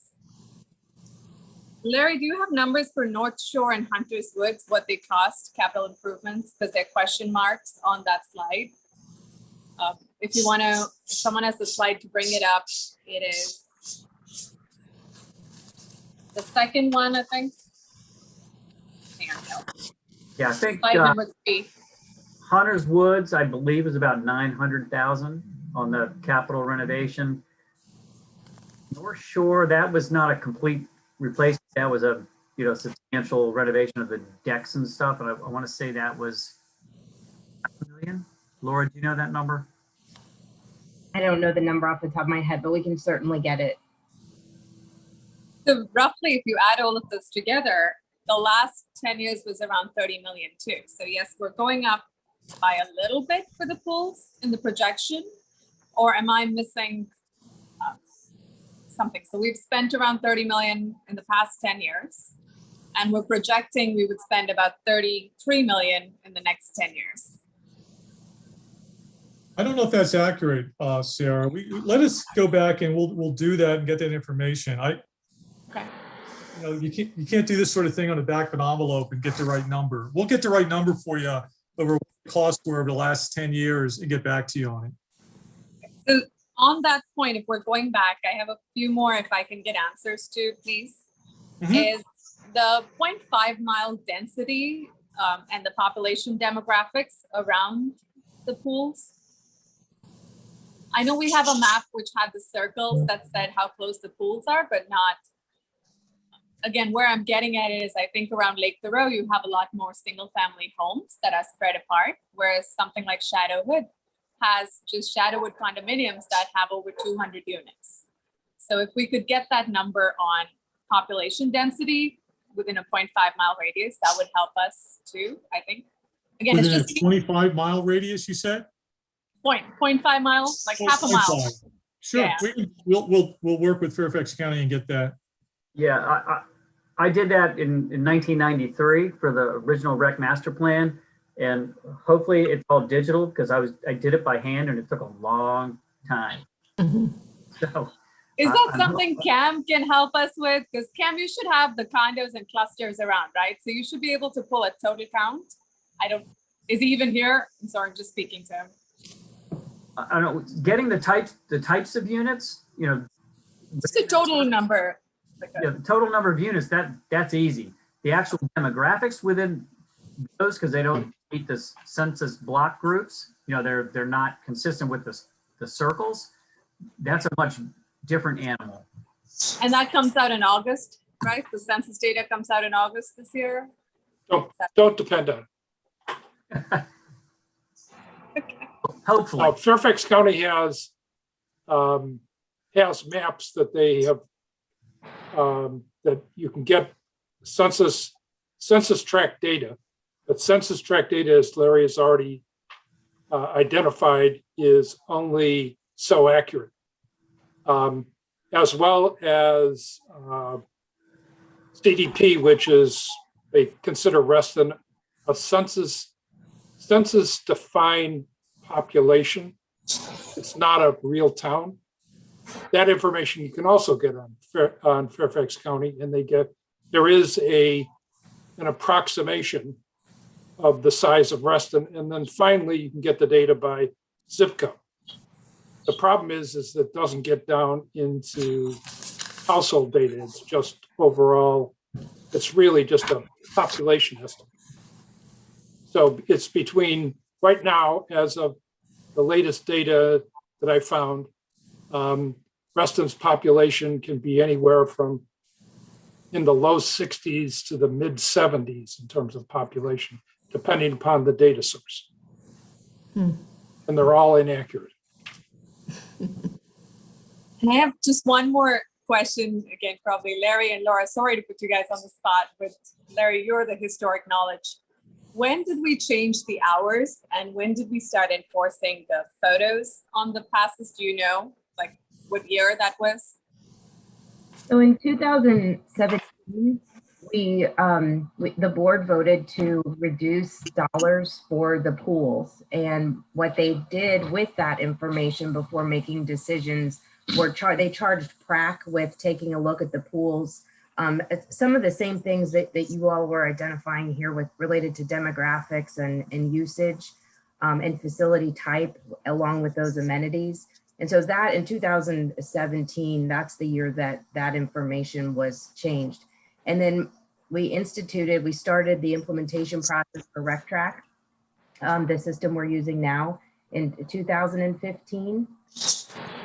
That usage, so we began scanning with pilots the first couple of years, and then we have about 2 years of full data. We don't count 2020, but 2018, 2019, and then we'll have this year as well. Does that help answer? So when 2015 is when we started doing the photos, So I'll get because we did the pilot first, so I can lay that timeline out for you. Okay. Exactly when we did what, because we did a pilot at a couple of pools first, and then we expanded. So I will get that information as part of that, Sarah. That would be helpful to look at that versus the usage to see how that impacted usage across. Well, I will Sure. shut up. Thank you. Thank you. Okay. Any other questions or discussion? Yes, Madam President. Yeah. I'm not sure if this is related to the previous point or if there's a different explanation, but if you look at the pool usage data, the overall usage, there's a dramatic drop between 2016 and 2017 from 150,000 to 98,000. What factors went into that drop? They cut the hours. Is that the only explanation? I think it's the substantial. It's probably the nearest that you can get to an answer is if you cut the times that the pools are open, it's going to decrease usage. It seems like one of the major justifications for considering repurposing is this dramatic decline in usage. 37% decline over the last 20 years, over the last 10 years, and substantial portion of that decline came as a result of the cutting of the pool hours. And then since then, we've seen increases on the order of 7 or 8 or 9% in 2018 and 2019. Good point. Thank you. If I could just add to that, my understanding when I asked the same question was pool hours were cut because of costs. And so that's, and the other thing I think everyone needs to factor in a little bit that I didn't share with this number is the minimum wage is going up, and that also impacts is continue to impact our ongoing operating costs. It's not a huge number, but it's a significant number. This is Laura. So the beauty of being able to have the computer in front of me is I could quickly look for information. So I have a partial answer for Sarah, and it may help Tim as well. So some notes for 2017 is that was a pilot year for pass scanning at Lake Newport and Glade pools. Connectivity and hardware were issues resulted in an impact on the usage data. But we've accounted for that exception where it would typically be about 5 to 10,000 higher than what was shown. So in the chart, we have accounted for that. Also, that was the first year of Fairfax County pre-Labor Day start. So season 3 was not as many weeks as in previous years. So Mr. Dowling, that's those 2 points. Thank you.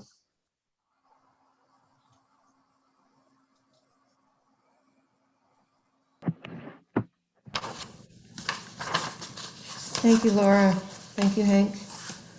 Any other questions? Erin, I think Jennifer has her hand up. Hello. Go ahead, Jennifer. Hi, Karen. Thank you. So I didn't look at this data through the lens of making any type of decision about whether to reduce pools or not. I looked at it more through the lens of we're attempting to come up with a decision matrix for Reston for how we might go about making decisions on future facilities.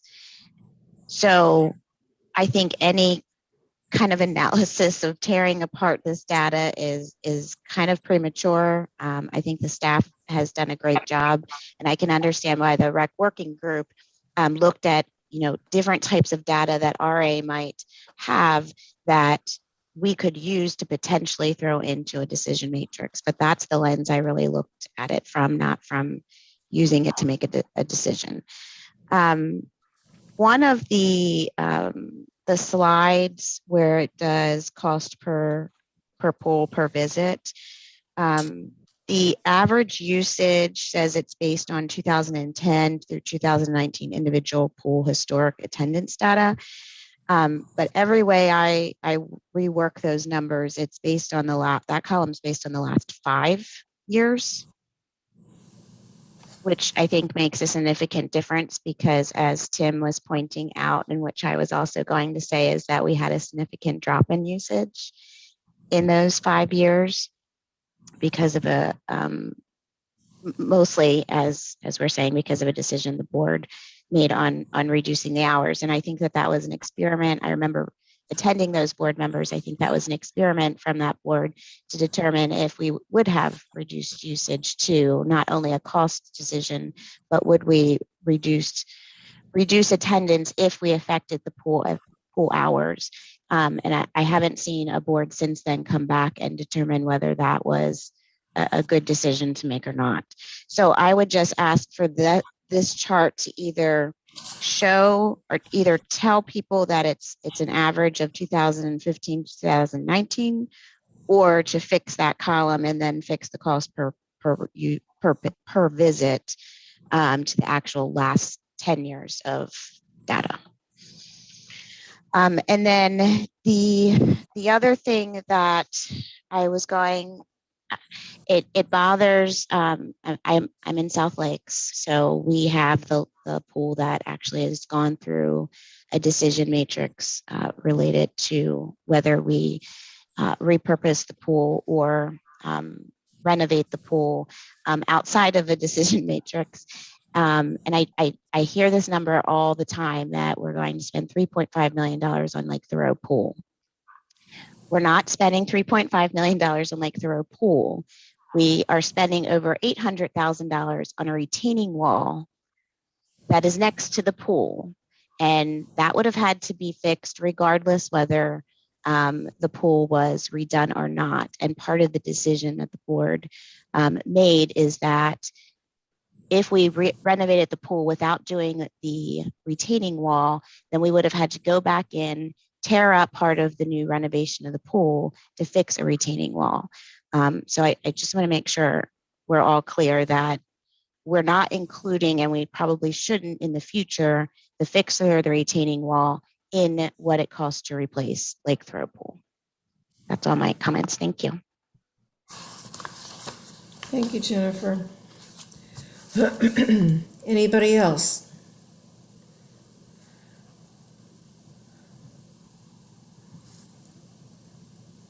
Okay.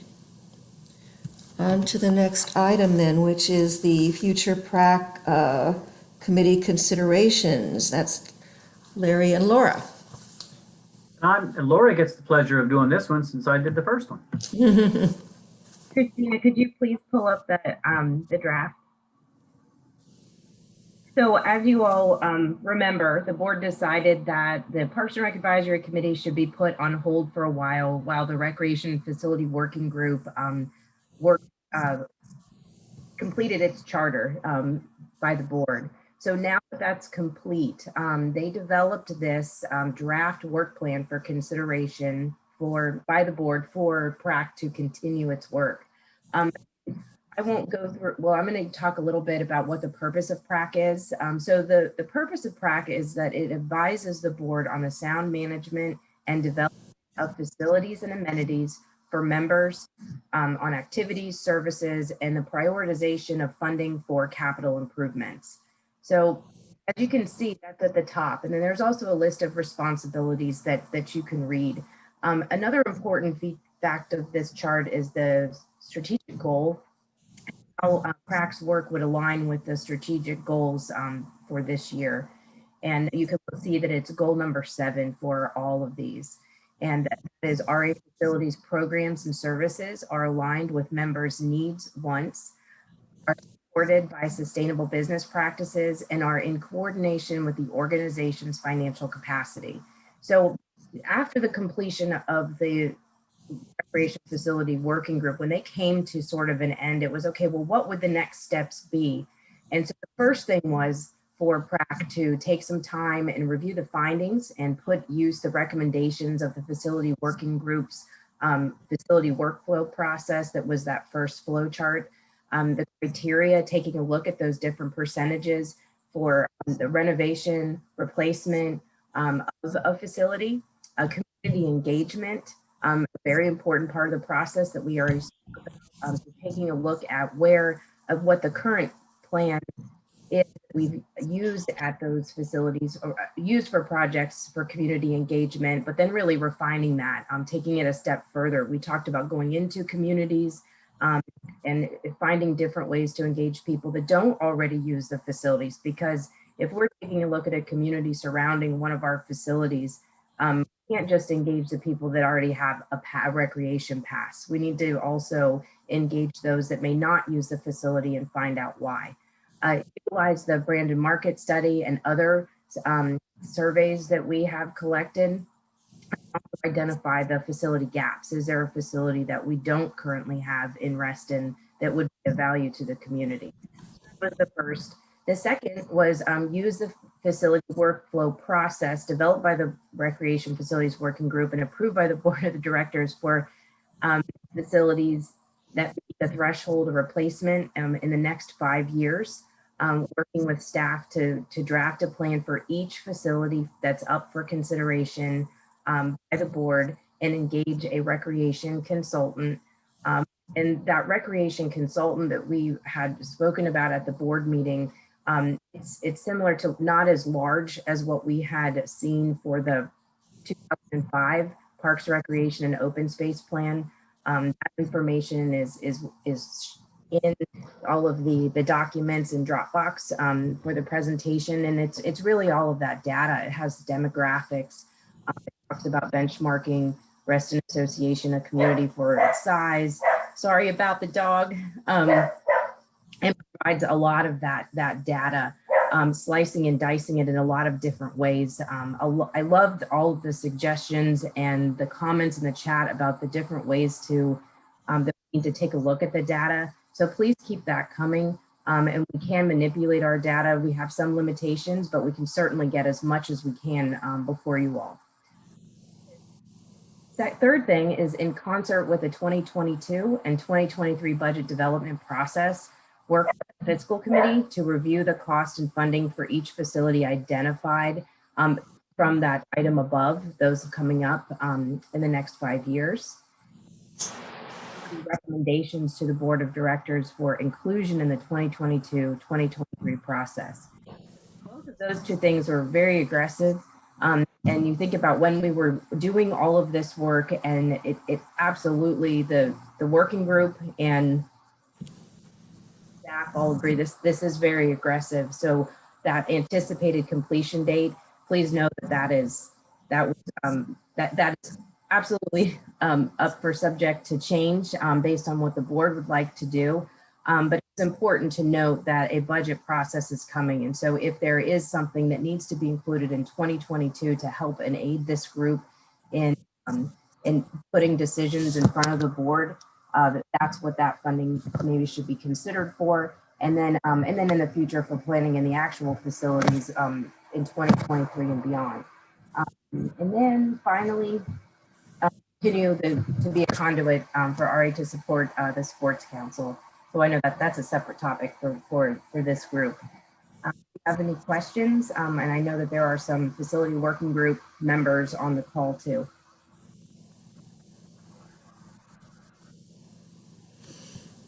Anybody have any questions? I know Jennifer, you had some suggested edits. Did you want to go over those now?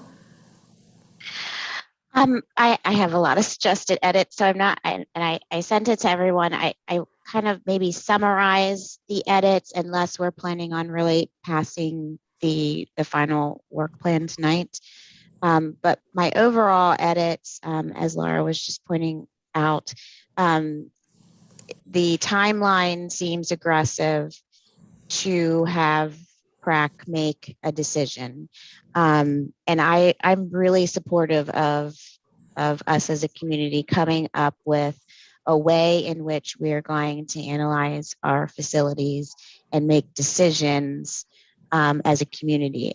And I feel like as a previous member, it's really hard to see a board continue year over year to struggle with it. And so I think that we owe it to ourselves as a community, and we certainly owe it to staff to give them a mechanism and a plan for how we make these decisions, so that we can start to look at what those costs really are going to be instead of a bunch of estimates or guessing. And there's a lot of facilities that, as we've mentioned, are aging, and we are going to have to make some decisions coming up here soon. So in addition, I was really hopeful that the rec working group was going to be able to complete more of their plan, but we got them started late. And so I think it would be unfair to ask the members of the rec working group that are going to be on PrAC, plus new members that are coming on to PrAC, that will have certainly a catch-up period, to make a decision in time for the 2022 budget cycle. Although I wish we would have gotten there. It's just a lot of work, and especially if we're not even going to give them the tool as a board to say, yes, go forward, and this is the tool to start using. I almost feel like it's impossible. So the edits I made to the plan were really related more to what is a good estimated time frame for when we think PrAC might be able to give us a decision. And I really think it's more in line for the 2023 budget more than it is for, unfortunately, for this budget. The other edits that I added were, I liked the premise of the plan. I think that when the plan was come up with, it makes sense, the different steps that they go through. I just added a few things here and there to tweak it. And one of the other, I guess, major edits I made is, and I think it's worth the board having a discussion about this, because the rec working group made it as part of one of their recommendations, was this concept of having a recreation consultant, and whether we want to pay for a consultant to come in to walk us through this process, or whether we as a community think that we should walk through the process ourselves. Or if there are any other types of information or outside engineering firms, or a polling, demographics, if there's any other tools that we need in our toolbox to be able to assist PrAC in walking through the process and coming out with a recommendation on the other end. Thank you, Jennifer. Yeah, I know that Larry had talked about I guess it was in February, I guess, about hiring a rec consultant, and we felt that it was premature to do that was, more had to happen with input from the community, et cetera, before we did that. So is that how we still feel? Karen, if I can chime in. Sure. I don't think we will get, I don't think we will get an appreciable amount of value out of an additional study. I have seen several that the county has produced, as well as subsets of the county an immediate area. And the results tend to be substantially the same. We're not that unique. I think if it were left to me, I would if you're going to spend money on someone, I would rather have better data than what the, than another kind of survey of what people want. And that can all be put into building a good database as opposed to just having a consultant do it. I don't think, I think this really will rely on having as much member input as is physically possible to do. Because this is going to be such an essential decision of impacting Reston into the future. Yep, I agree. Any other thoughts about that? And then Karen, this is John. Yes, yes, John. I would say that I want to echo Bob's putting a primacy on maximizing truly engaged and informed community input on this. And secondly, I would say that in terms of the recreation consultant, what I would want to see before considering, before the board considering approving it, was what our RFP would look like. What elements would we put into our RFP that would make that engagement of the recreational consultant worthwhile? Right. Yep. Yeah, and Jennifer, I think you're unfortunately, I think you're right about, we're not going to be in a position to really make any kind of decisions for the 2022 budget. It's just, time is just going too fast. If there was some way that we could, that would be great, but PrAC isn't going to be meeting until next month for the first time. And I think our biggest so single where do we want to challenge. go from here? Go ahead, Bob. I'm sorry, I didn't mean to talk over you, Karen. What I That's was okay, going to go say ahead. is we are basically a group of volunteers. And if we were staff, we could probably chug through this because we would be working on it, all the time. But because of the nature of the organization, there's just, even if you meet on a weekly basis, that's still, I don't think it provides everybody enough time to do the job that it should, the way it should be done. And I agree with Jennifer, particularly agree with her extending the timelines. I don't think, as Laura already pointed out, that the milestones are far too aggressive to do a good job. We could make a decision, but I don't think we would be satisfied long term with that decision.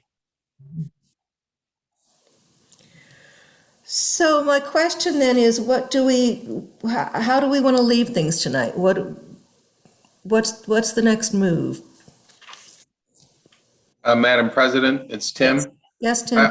I'd like to go back to a comment that Director Petrine made earlier tonight. He referred to the matrix and the decision tree and the excellent work done by the working group as a good starting point. And I agree that it's a good starting point. It is an excellent framework to use to analyze issues, but I don't think it's anything more than a good starting point. And I'm certainly not in a position to do anything tonight that would make it more than a good starting point. I'm not, to be perfectly honest, I'm not quite sure what would the effect be if the board were to, quote unquote, approve the matrix. And I'm not even sure that it's necessary for us to take that step tonight. If we could just send this along to PrAC as a good starting point, and then wait for the next, for PrAC to get underway with its work and to make recommendations back to the board, I'd be more comfortable with that approach. Thank you. Thank you, Director Dowling. Any other comments? This is Laura.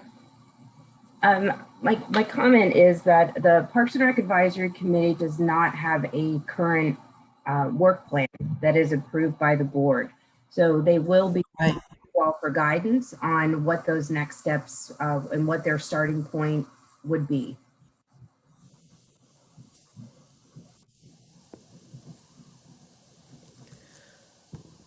Thank you, Laura. So, yeah, we really need to have something that we're comfortable sending on to them.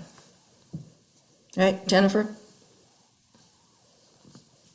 And Laura, I don't want to lose your point because I think that's really important. But another I had in my head was, I think one of the things that we really need to do is take some type of interim step if we're in agreement that we can't get a 5-year plan fully done by this budget cycle. We at least as a board need to look at the next 2 years because we're in a 2-year budget cycle.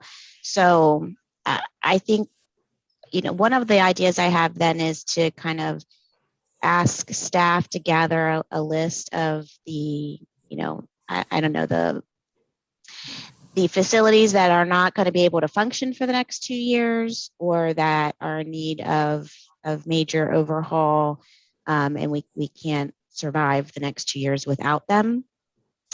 And maybe punt that to the fiscal committee to take a look at, and maybe give the board some of their thoughts as we go into the budget process.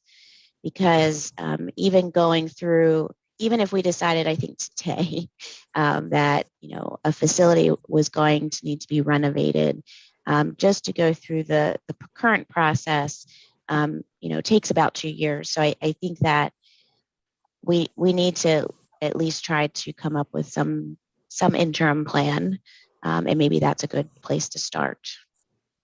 And Laura, to get back to your point, I kind of looked at the work plan through that lens.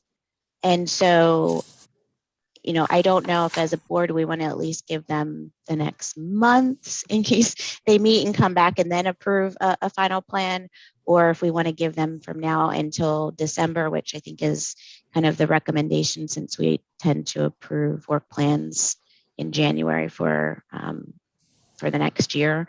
But I was thinking that, at least in the June meeting, they can really reflect on, or maybe we can get them some notes from this discussion, and they can take a look at that, review the chart, and become really familiar with it, and maybe even identify any additional resources they think they might need, because we could try to incorporate those types of things into the budget.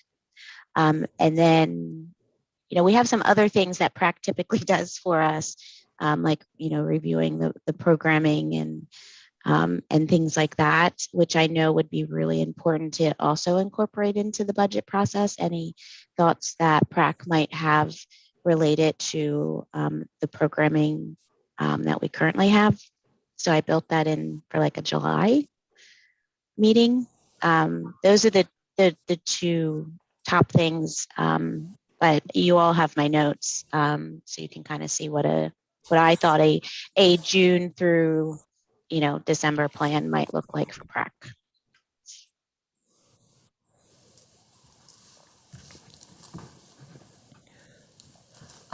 Laura, so would it be helpful if we approved this work plan tonight and sent it to PrAC, or maybe along with Jennifer's recommendations? To approve it tonight, or to give it back to PrAC to refine? Which way are you? What are you, for them to refine and then bring back to the board, or just approve as is? Well, probably the latter, just send it on to them. So, I mean, I don't want too many more months to go by. I want them to be able to, hit the ground running as soon as they meet.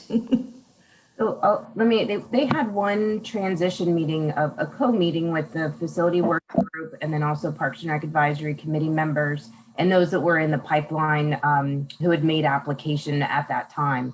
And what that meeting entailed was this was the purpose of the Recreation Facility Working Group. This is the charter for PrAC, and then a reference back to the materials and that final presentation that the Facility Working Group worked on. So that's really where they are right now. And they knew that this meeting was happening in order to get some direction for how they should move forward in June.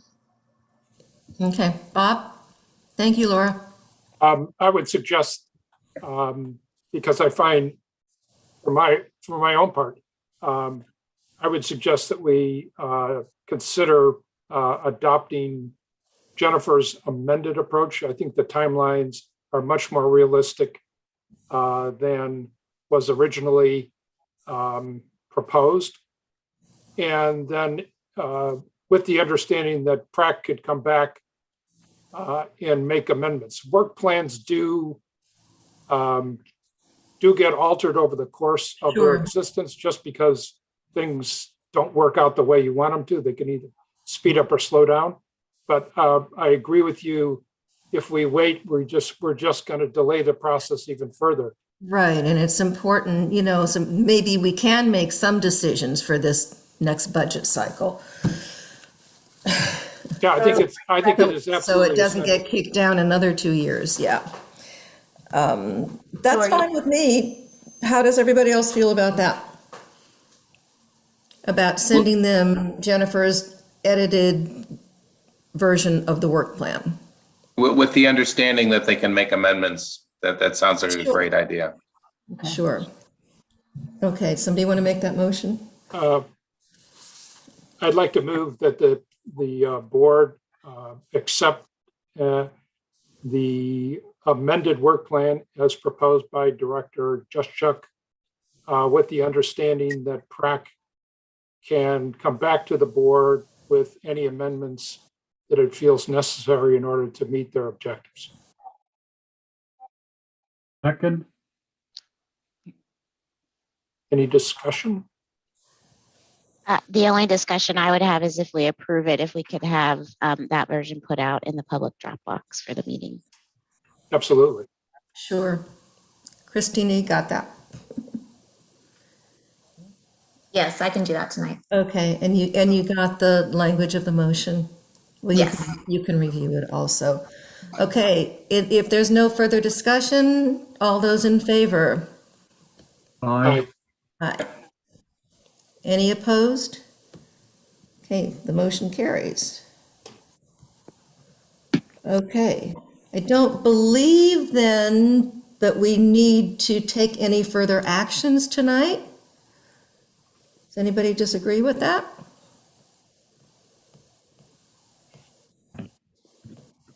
We all good? So we do need one more action then, which would be a motion to adjourn. I will make that motion. I move we adjourn. Do I have a second? Second. Discussion? All those in favor? Aye. Aye. Hey, I didn't hear any. I heard everybody, so we're adjourned. Thank you.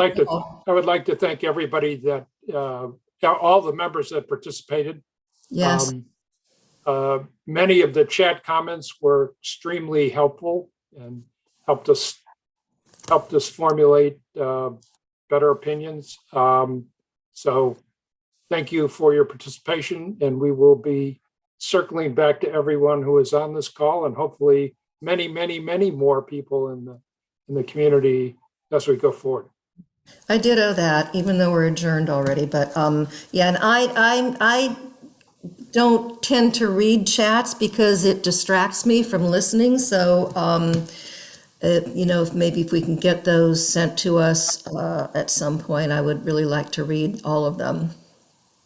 Yeah, that'd be great. If Christina, you can add that to the folder for this meeting, that'd be fantastic. And before she goes to bed tonight. Thank you all. Thank you, members. Thank you, staff. Thank you, board, for all your input and all your hard work. Really appreciate it. Good night, everyone. Good night. Good night. Bye.